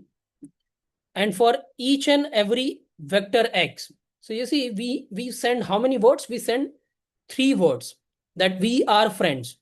So for each of the you can say words or each of the input vector, we will have 3 set of matrices. So for example, for word V, we will have one set of QKV matrix. For another word R, we will have another set of QKV matrix. And similarly, for friends, we will have another set of QKV matrix. Okay. Now let's understand what is going to be the dimension of all of this matrix and what is actually going to happen inside this matrix. So the dimension, now just remember it from once again from your 11th, 12th class. Let's say if you want to multiply 2 matrices, let's say the first matrix size is 4 cross 2. Can you tell me what should be the second matrix size in order to just multiply? Anybody can answer it in the chat also. It's fine. Anybody? If 2 you cross have 2 cross any dimension. You are right. So basically the 2 should match. At the end, you can have anything. So the second argument and the of the first matrix and the first argument of the second matrix should match.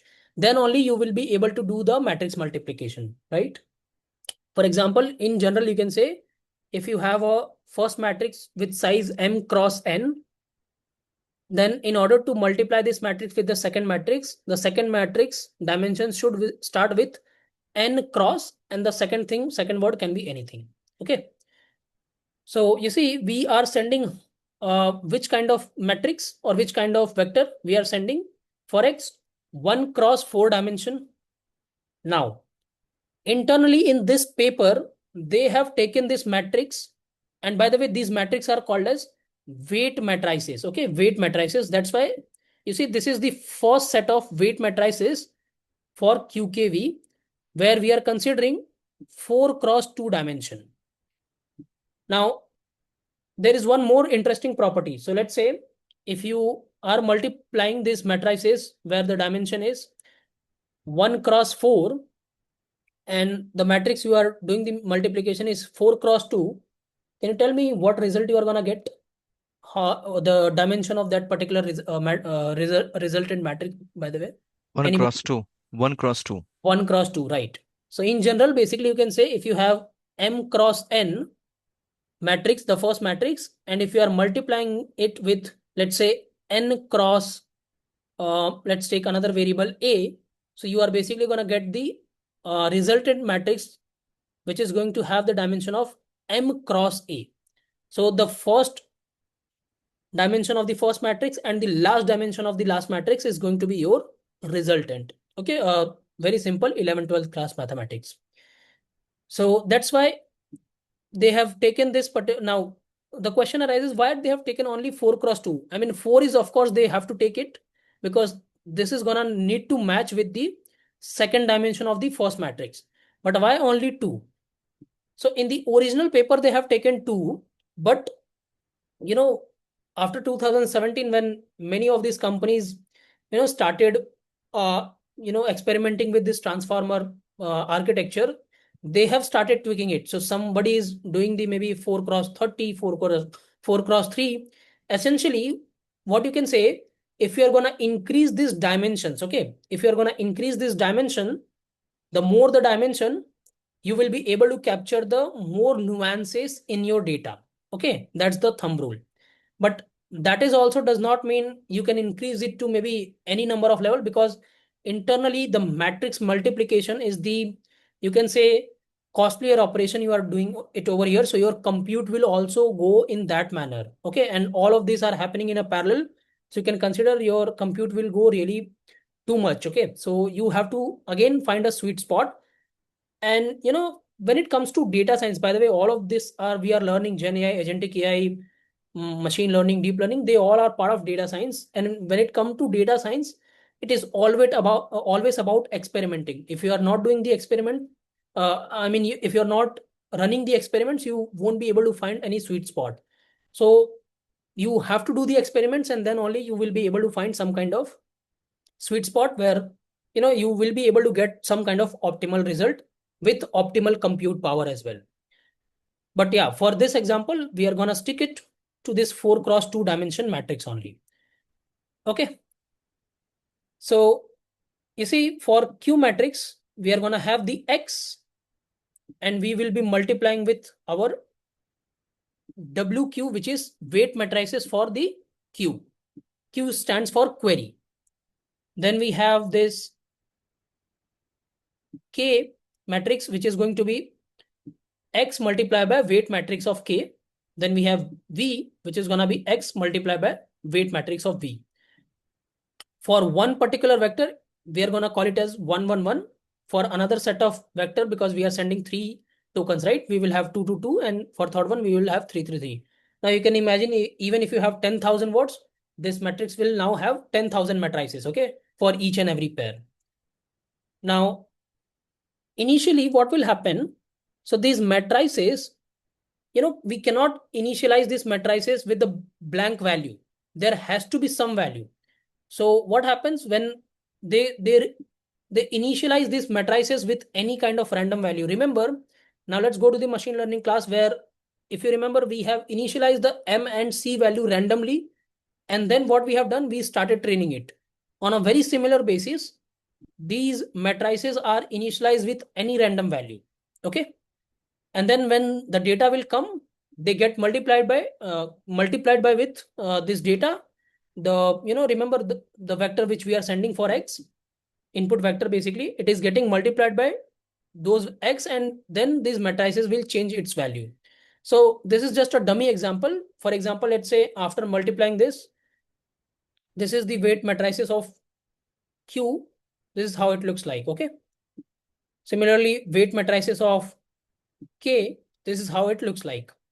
4 cross 2. Okay. You have 4 rows and 2 columns. And this is the some random initialization of your weight matrices of V, 4 cross 2. Now all of this multiplication will happen. Okay. And finally, what you will get? You will get 1 cross 2 matrix, right? So you see 1 cross 2 matrix, after doing this entire multiplication, it is gonna something look, it will have some kind of numbers. Okay. Now let's try to understand what is this. Still, it is not clear this why we are calling it as a queries, keys, and values. So let's try to understand it. So and also, by the way, for all of the basically you can say input vector which we have sent. You see, we have sent V. So for V, this is our query vector. For R, this is our query vector, and for friends, this is our query vector. Similarly, this is key vector for V, key vector for R, key vector for friends, and on a very similar basis, value vector of V, value vector of R, and value vector of friends. Okay, so essentially, how many vectors we have? 3, 3, 3, 9 vectors we have, all with the dimension of 1 cross 2. So after all of this calculation happens, we will end up having this kind of matrices with us. And these are called as QKV. Now let's come to this question. Why they are called as queries, keys, and values vectors? They have actually certain meaning. So let me just explain you. If you have heard about, in Python, we have something called as dictionary. Okay. This is a data structure in Python. And I hope most of you have heard about it. Dictionary, Python, data structure. So in this dictionary, what we does actually, whenever we have to store some kind of value, we store it in the form of key and value pairs, right? And similarly, when it goes to a JSON, there also we store the data in the key and value format only. Now, from here only they have inspired this and they have given this name. Let's go here. These two names, key name and value name. But what is this query? Okay, so let's try to understand. So you can imagine in this way that query vector is gonna ask the query. What kind of query? That, hey, can you tell me how much this V word or this V token is related to other tokens like R and friends. And hence we will require one set of metrics for query. Now, when this query matrix asks this question, hey, can you tell me how much V is related to another words? Okay, so what we are trying to do over here, we are trying to establish a relationship between different words so that we will be able to capture what? We will be able to capture a contextual meaning. Okay, that is what the meaning of when I say contextual meaning. We are basically finding out the relationship between all the words which is available into our vocab or into our example. So query matrix asks this question, hey, can you tell me? Now, when I say, hey, can you tell me? So to whom it is asking? It is asking to keys matrices that, hey, can you tell me what is the relationship of V word with all the other words? So the key value is gonna basically have those relationship.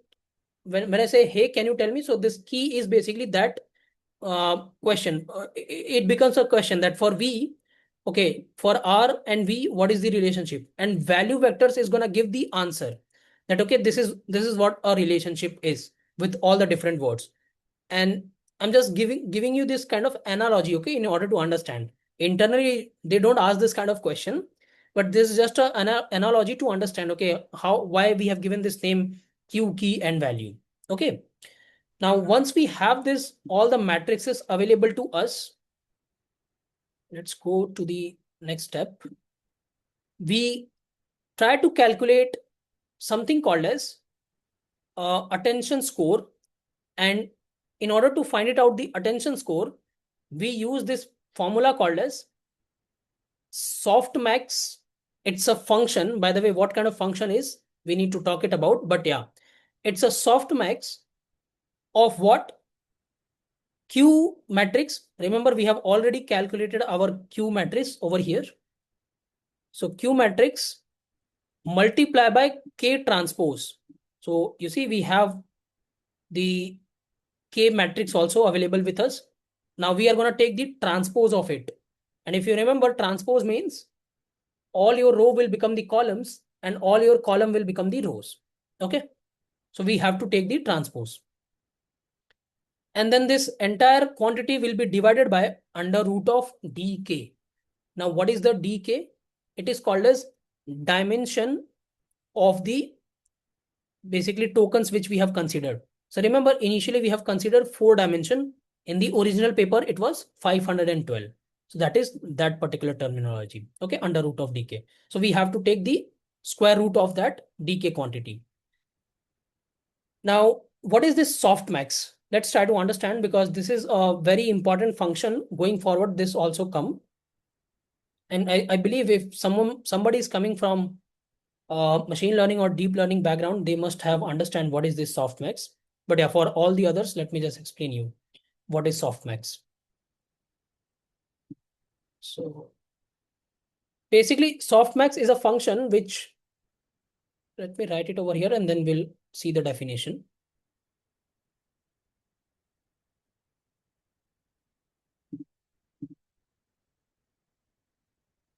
So softmax is nothing but it's just a mathematical function.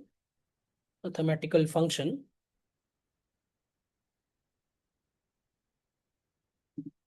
And what it does, so you, in this function, you give any number, and what it will try to do, it will try to normalize it. And the way it will try to normalize it in such a way that you will end up getting all the, basically when you add all of these numbers, you will end up making it as 100%. Or if you talk about in probabilities, it will make it as a 1. So of course, since it's a mathematical function, it uses some kind of mathematical formula as well. And let's see softmax formula. So you see, it uses this particular formula.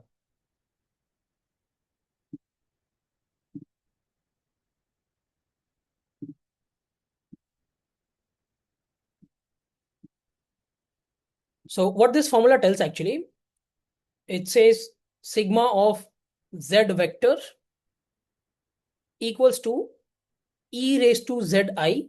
It's a exponential term divided by summation of j equals to 1 to k e raised to zi. Meaning, you let's say if you have a range of numbers. Now let me just take one example where I think we can show it.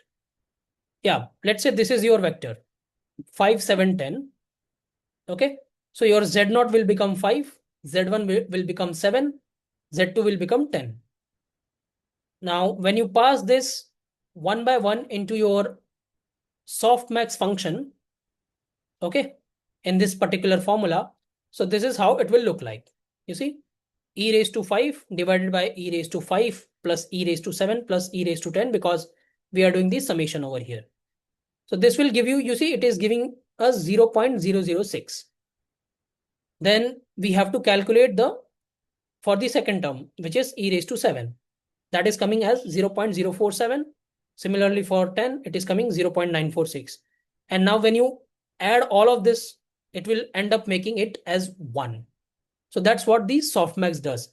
It normalizes it, and it normalizes the value of your vector in such a way that when you add all of them, you will end up getting probability as 1. And if you talk about in a percentage, it will be 100%. That's what the softmax does actually. And trust me, I have seen a lot of data scientists, a lot of ML engineers. When I ask them in interview, because in my current company, I take a lot of interviews. When I ask them, can you explain me the softmax, what it does? I don't ask them for the formula. I just ask them, can you explain me what it does actually? They are not able to, explain me this thing also. Now think, if you are going for a Gen AI interview or any kind of interview, and if somebody asks you this, can you tell me how softmax works? So you just have to tell this much, that if you have any kind of vectors, softmax normalizes it by using the exponential terms. If you don't remember the formula, completely fine. These are called as exponential functions. This is another mathematical function, right? It is a exponential function. You might have learned some, maybe in your 11th 12th class, right? So what they does actually, so basically they take the vector, apply the exponential terms, and they end up creating the another set of normalized numbers, and when you add all of them, you will end up 1 in terms of probability, and if you convert it into percentage, it is going to be 100%. And trust me, this is a very simple concept, but a lot of data scientists, ML engineers I have seen, they are not able to answer it. Fine, now let's come back over here. So you have understood what is softmax. So let's come here. Yeah. So you see what we are doing? We are taking this Q matrix, we are multiplying with K transpose. So basically we are doing the transpose of this K matrix, and again multiplication we are doing, and then we are dividing it root of dk, and then finally on top of it, what we are applying? We are applying a softmax. And now you have understood, when you apply a softmax, you will end up getting something called as attention scores. Okay. And attention score is calculated by this formula. And now let's try to visualize what is meaning of the attention scores, because all of this discussion we have done for QKV and this self attention, like how it looks like. So let's say you have this, input, we are friends. On x-axis I have drawn it, on y-axis also I have drawn it. So after doing all of these things, we got the attention score. Now attention scores, what it try to do does actually, it try to capture the relationship of one word with each and every other word. So you see, V is very, you can say, similar to V. It is showing 70%. This is just a dummy numbers I have kept you. Inside the transformer architecture, you might end up getting some different number while training. Okay. So V is, you can say, it is very similar to V. It is 70% similar. Then if you talk about V and R, it is giving only 15% attention score. That means what? V is attending to word R by only 15%. V is attending to word friend by 15%. R is attending to V by 20%, and so on and so forth. Right? So this is what this attention matrix looks like, and these are called as attention scores. Okay. So that's what the job of this particular block. Attention. Now, what is multi-head attention? It is still not clear, but we have understood what is attention. Now, let's come and understand what is multi-head attention or a multi-head attention. So this is just one head attention we have understood. Now, what is multi-head attention? So basically, instead of keeping one particular attention, we do this multiple times with multiple heads, meaning this QK query matrix, which we have seen, it is initialized multiple times. Okay. And in the original paper, I don't remember how many attention block they have used. I think some 12 attention or something like that. Anybody remembers? They can tell me in the chat, or I just need to go and see how many attention block they have used.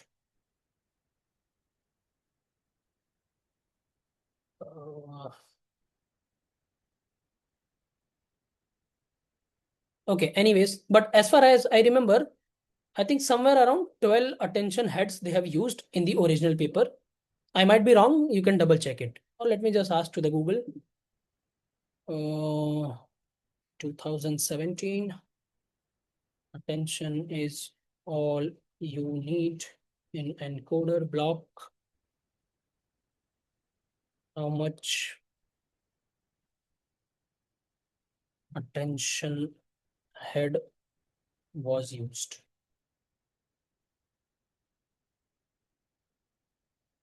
Okay, 8 attention head was used. Okay, 8 attention head.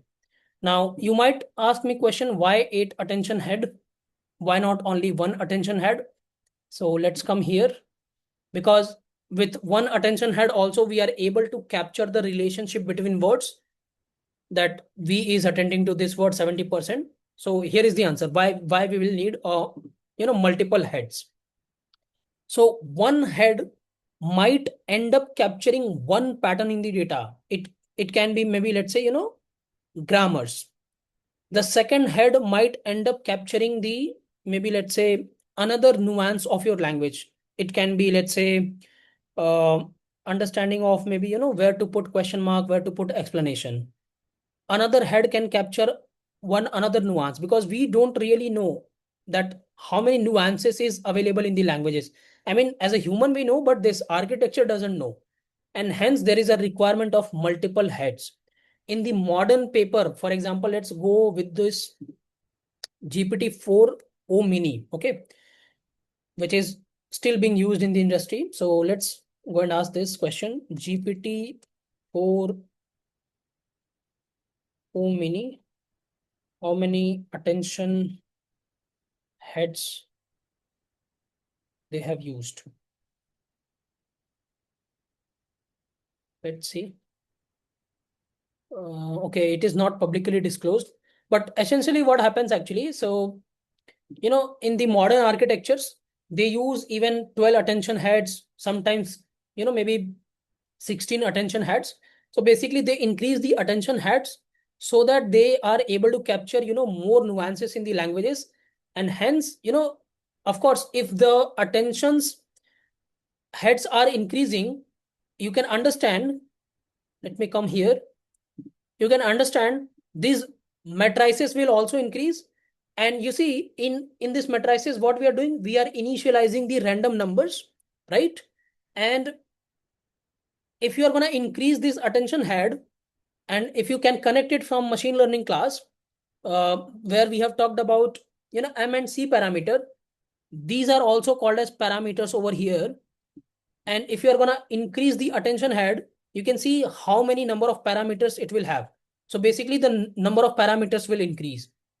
And it is generally seen that if you have more number of heads, essentially more number of parameters, it is going to be able to capture the more patterns in your data. And hence the LLMs are going to do the good job on this kind of data. Okay. And hence, if you see GPT-2, which is, okay, let me just tell you one more thing. GPT-2 number of parameters versus GPT-3 number of parameters.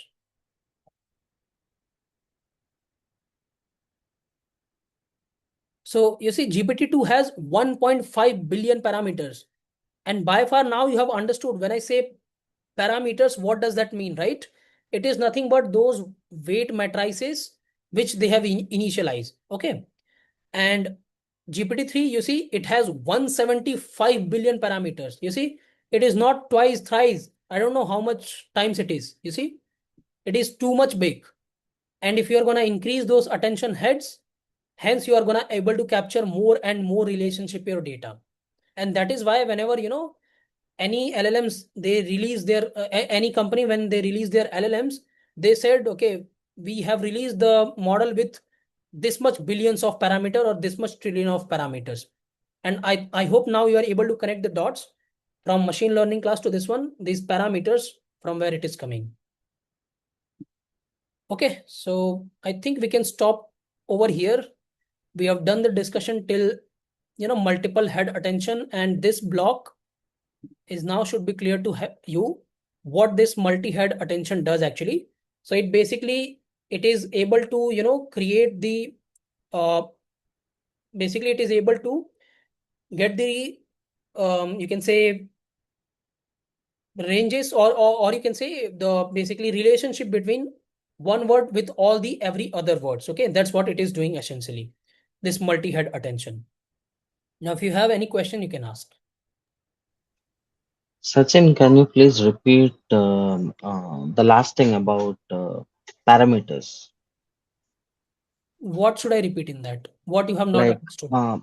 yeah, how did you correlate our discussion from the class number 1 with number of billion parameters? So I could So, not, yeah, so in the first class, we have M and C parameter. Are you remembering yes, this? yes, Over here, you see, when we started our discussion over here, we don't have any parameters in embedding because it is fixed. We don't have correct. any parameters in positional encoding, it is fixed. When Mm-hmm. it comes to this block, multi-head attention, what we have discussed that we are going to initialize some matrix, QKV matrix, and we are going to initialize it with some random weights. Very similar to how we initialize the M and C with some random weights, right? Yeah, And that's why these are called as, you can say, parameters or weights in the transformer architecture or in the large language models. Now these weights are going to change. Currently, we are just seeing the first row. We are not yet covered the first row. When it come to second row, you will see the back propagation algorithm will also come into the picture, where this weight will change. So you see, if some weights are changing, then those are called as parameters. Very similar to the our machine learning lecture, the first lecture basically. okay, Yeah. got. Hi Sachin, I have a doubt. So you're saying that the parameters of GPT-2, and you have shown just now, right? 1.5 billion something. So how does the parameters are fixed? I mean, it depends on the inputs that we give. When you say how the parameters are fixed, meaning like how these numbers are decided, Hmm? you're asking?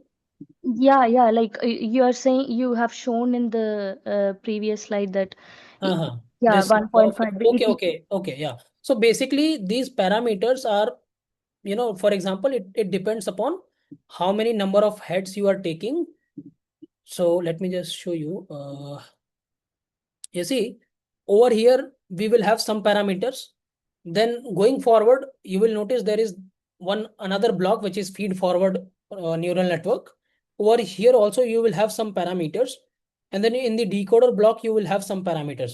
Now, when you add all of these parameters combined, and by the way, these parameters are called as trainable parameters because these are getting trained.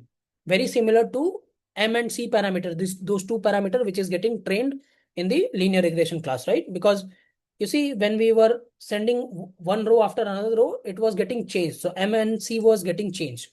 Now over here, of course, there is a formula, but I don't want to go into that formula, that how we are going to calculate this uh, to all the weights. There is a formula for sure, but I don't want to go into that. But you can consider, when you combine all of these weights which is available in the multi-head attention, feed forward, then these blocks, and when you combine all of them, it gives you the total number of parameters. And that is why, like, when any LLM provider will release their LLMs, they told you, okay, this is having this much billion parameter in their particular model. But there is a formula for that, how we are going to calculate all of these weights.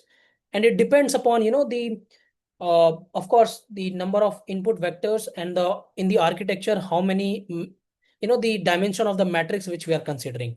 And different model, they are considering different matrices. So these are associated with the input, the training data, right? Training data, as well as the number of as well as the dimension of the matrix in the multi-head attention. So you see, over here, what we have seen, that we are going to take the matrix which is going to have 4 cross 2 dimension. But I told you that you can take a big dimension matrix as well. You can end up taking the 4 cross 8 dimension matrix also. You can take up maybe 4 cross 12 dimensional matrix also. So let's say if you have a 4 cross 12 dimensional matrix, here what you will get, more number of parameters in this matrix basically, Mm. right? Yeah. Yeah. Okay, thank you. No problem. Anybody have any more question? So Actually, when we say LLM, it's basically large parameters, and when we say SLM, what we are saying the dimension would be less. So therefore, the parameters will decrease. Is Yeah, it right SLM is statement to me? when we say SLM, it's a sorry, LLM and SLM you are talking about, right? Yes. So that means the parameters we want to reduce, so dimension should be Par less. Parameter will little bit reduce, but still those are in millions and billions only. Um, I mean, GPT-2, you can call it as a SLM when you are going to compare it with GPT-3, right? You see, it has 175 billion and this has only 1.5 billion. So GPT-2 is kind of SLM when you are going to compare it with GPT-3, right? Okay. Yeah. So Is only it? Mhm. there is no new term like SLM. Why we are calling it as SLM? Because it's a small language model, meaning it has only less number of parameters in it. That's it. That's where SLM is coming. Otherwise, all of them are large language model only. So there is no short definition that if you have millions of parameter, you can call it them as SLM. If you have billions of parameter, then only you have to call it as a large language model. What if let's say somebody will train a model with maybe let's say not even a trillion, even more than trillion of parameter. Okay, so in that case, you see GPT-3 will become a SLM when you compare it with that particular model, right? So it's basically you can say it's going to be on a comparison. You can say which is SLM and which is LLM. Got it. So today, what is LLM can be SLM in the future. Right. You're right.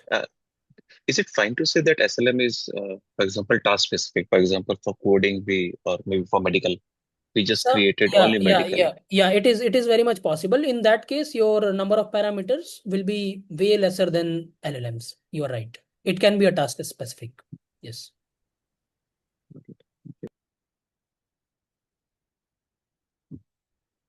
I mean, who was asking the question? I'm sorry, I didn't see you. Can you please tell your name? Hi, this is Manas. Yeah, Manas. I hope you are coming from ML or DL background, something like that. I'm from the data engineering and data warehouse background. Okay. Studied a bit on that, but yeah. Yeah, I mean that's why you can ask this question. Otherwise, this question won't come into the normal people. Yeah. Okay. But thanks. This was a really great explanation. Yeah, no problem. Sachin, Yes, Yeah, please, one by one, go ahead. go Anybody ahead, yes, can Sid. Sachin. yeah. Thanks. So I just had one question again. So I give you two sentences, Sachin. Like, my name is Sid is sentence number one. Sid is my name. And this is the same example which you even took during explanation. My Correct. question is, my name is Sid. The embeddings for my name is Sid and Sid is my name. The embeddings will be same or different because they mean the same. No, they don't mean the same. They don't mean the same, right? My name is Sid and Sid is my name. Like, as a layman, I No, can no. So say, don't go with okay. the layman. You see, if ChatGPT gives you the output, if you ask what is my name, and if it gives you the same example like in the output, do you accept it? You don't accept it, right? Correct. So don't go in layman terms. They are not the same. Okay. Okay. And just for my understanding, I would say one point. Just let me know if I'm correct or wrong. Just because the word Sid is moving either to the left or to the right in the sentence, positional encoding helps getting a better context when it goes to the multi-head layer. Correct? Uh, don't call it as a context, by the way. It only just captures the positions so that going forward, when it goes to multi-head attention, over there, the context is being captured. You see, over there, we are capturing, okay, that seed is how much related to other words. So over there, actually, contextual meaning is getting captured. But before that, there is no context. You see? Okay, it's just the position of the word. Yes. But yes, essentially, it is gonna help on a later stage in the To understand. Yeah. yeah, to understand. Correct. in the multi-head attention block. Yes. Sure. Thank you. No problem. Oh, yeah, my question is also related to positional encoding only. Uh, uh, let's say we are friends. Each token ID gets converted to embedding, right? Vectors.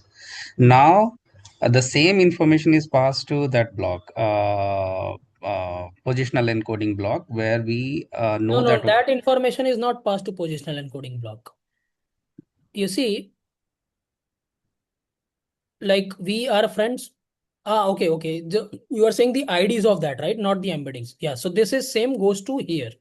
The IDs of this goes to here so that we will be able to find it out the positions. Yeah, you are right.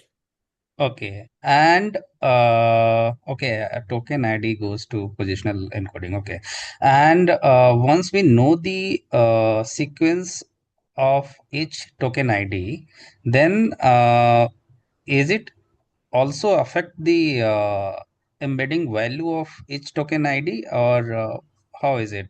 No. So Uh, basically, it's gonna be added with the embedding model. So yes, it will change it.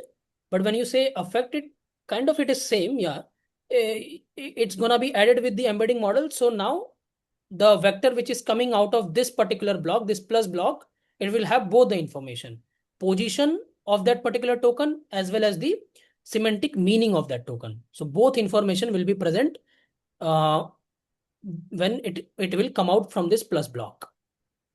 So okay, basically, what we are okay. doing, we are adding both the vectors. Both the information together. Correct. In terms of it will have the same dimension as your token ID, the sequence number. Yeah. Then only you Okay, will be able to add it, right? you Otherwise, will be able to add vector it. addition is not. And when you predict the next token with the help of whatever information you pass it to the transformer, the embedding, the multi-heading add and knobs, these are parts of transformer only, right? Yeah, Uh, yeah. okay, We so yeah, don't go into the generation part or inferencing part as of now. Right now, just we are doing the training. So just please focus on that. When it comes to inferencing or generation, I'm gonna explain you that part. And like once we will understand the training part, generation part, then we are gonna combine it together so that we will have a bird eye overview of how training happens, how generation happens. So at that time, it will be more clear to you. okay. Actually, um, I understand, actually, I don't know whether this is, my doubt is related to your generation part or its training part. But anyways, so Sachin, here when we talk about the attention, right? We are friends, and through the attention, we understand, okay, how we is related to other two keyword, right? Yeah. And Other basically token IDs. Yes. yes, other token That's true. ID, and ultimately we well, calculate the soft max value of it, right? Uh, s- so ultimately, what happens? This information is considered as a very important information for predicting the next token ID. This is something like that. Yes. It will be gonna consider at the decoder level basically you can say generating the translation of it. So, but still there are a lot of other steps we have to capture. You see, there are still this add and norm block, feed forward block, another add and norm block. So we have to cover that only. After that only this will go basically into the decoder. So you see the output of this encoder is going into the decoder as well. So in a way, yes, you are right. Something will go into the decoder, and what is that something we still have to cover. Still have to cover. And here we are saying, in this diagram only, you are saying we have multiple encoder, right? And I will come to that. I will come to that. this particular block which you are showing it here, right? Feed forward and multi-head attention. This is just one block of the encoder, right? But Correct. similarly, we have okay, understood. Okay, Yes. okay. So, Yeah. yeah, hi. My question is, right? So, what we saw, right? Uh, Hmm. Query metrics key metrics and value metrics. So Right. are this like when it becomes single-headed or multi-headed actually? The block, right? In the transformer we use multi-head attention only. Only. Okay. Yeah. So so same block will be multiple time, like weight metrics for query values and keys, right? So these matrices will change. For one head, Change. you will have one set of matrix. For another head, you will have another set of matrix, Set of and so on metrics, and yeah. so forth. Yes. Okay. Sir, one question is that So for multi-head attention, we are Your used for the voice, we whoever capture is, the constant. not properly audible. Please wait. Whoever is asking the question, your voice is not clear. So just try once again.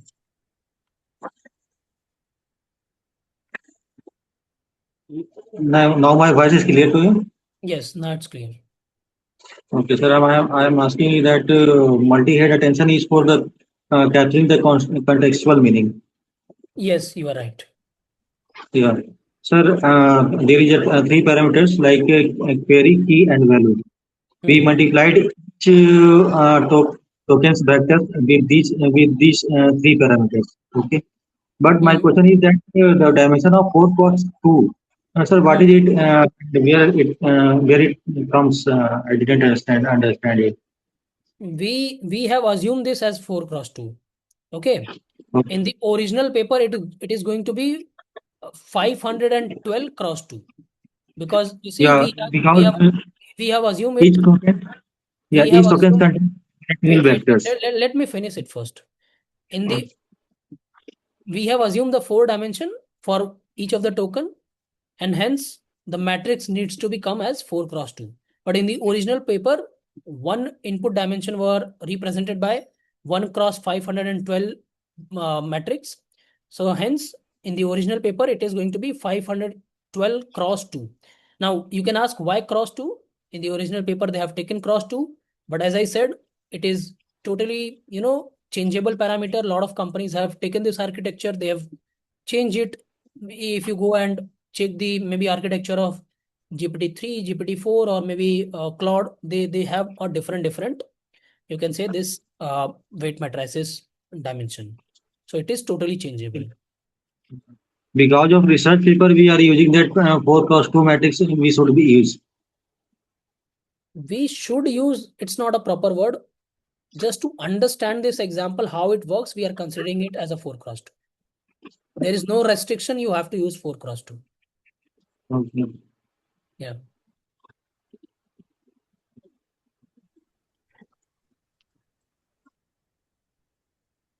When you say GPT-2 has 1.5 million parameter, GPT-3 has 4.5 million parameters. Its parameters means dimensions, right? Parameters means, you see, for example, let's talk about this matrix. In matrix, how many numbers are there? Can you tell me? 4 into 2, 8. 4 into 2, 8. Then 8 here, 8 here. How much it is? How much it is total? 24. Yeah. Now this is for one particular, you can say, head. Similarly, you go for the second head. So 20, and we have total 8 head. So 24 multiplied by 8. How much going to be it is? Let's just multiply 24 by 192. So 192. And similarly, we have all the other blocks also. You see, in the feed forward also, we are going to see some parameters. Here also, we will see some parameters. Here also, we will see some parameters, and so on and so forth. So when you combine all of this number, these are called as parameters, because these are going to be changed at training time. They will change, and accordingly, we will be able to capture the relationship. If you remember from the first class, M and C, only 2 parameters were there. They were changing, right? Here, what is changing? These matrices values are changing. That's why these are called as parameters. Okay. And different models have different number of parameters in it. Yeah. Thank you, Sachin. Yep. Yeah, please go ahead next. I can see one hand raised from Ajay. So Sachin, I have a question. So Yeah. how are we capturing the relationship between one word and the other remaining words? So in our case, With the help of this self-attention formula. so which vector we are using to get the relationship? So we have three vectors, right? Each For and every vector is being used. That's what I'm saying. okay, Not a single vector. Each and every vector is involved in this matrix multiplication. understood. Thank you. Yeah.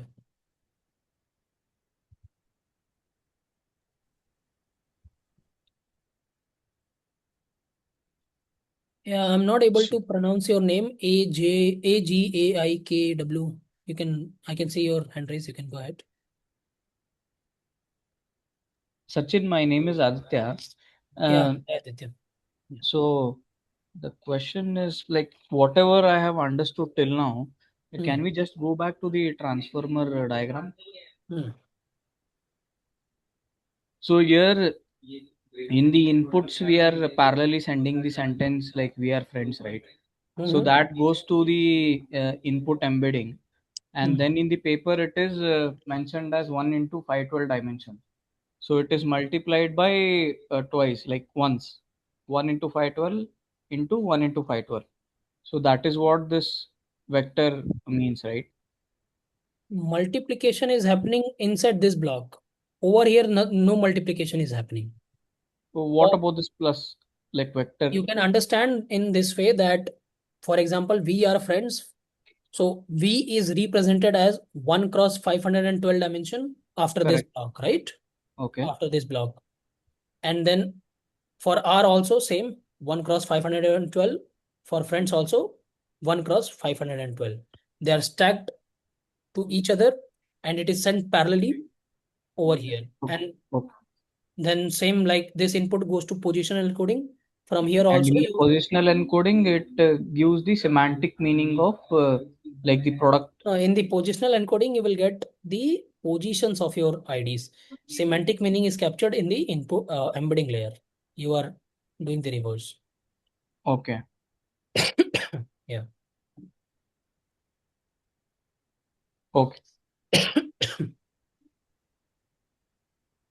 All right, guys. I think we can stop over here. It's already 9:30. If you still have some question, you can just post it on the chat. And in that way, I mean, when we start our next class, I will just pick up those first question and then we will be continuing.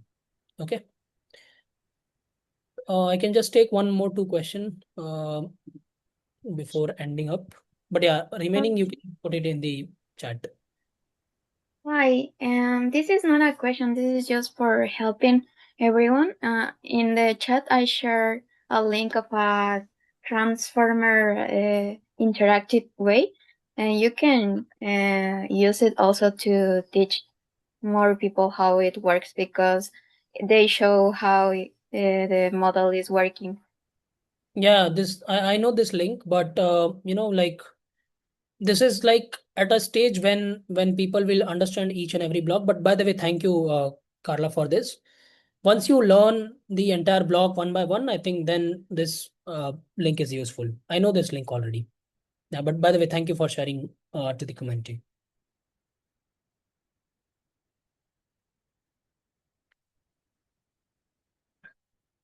Sure. Yeah, all right. Thanks, everybody. Good night. Thank you, everyone. Thank you, Sachin. Bye-bye. Thank you. Rakesh is writing detailed and informative session. Thank you. Rakesh, I hope you liked it. And yeah, I mean, I'm expecting everybody to do the same thing. They are able to understand. You see, a lot of people are asking less question because they are able to understand more. So at least I'm good. Okay. Thank you. Thank you, everyone. Good night.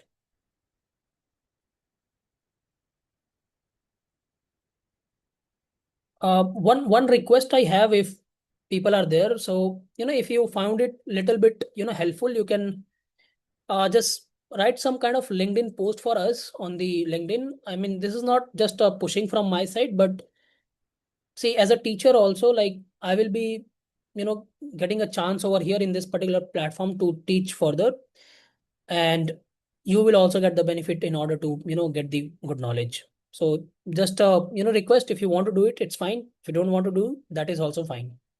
All right. Thank you.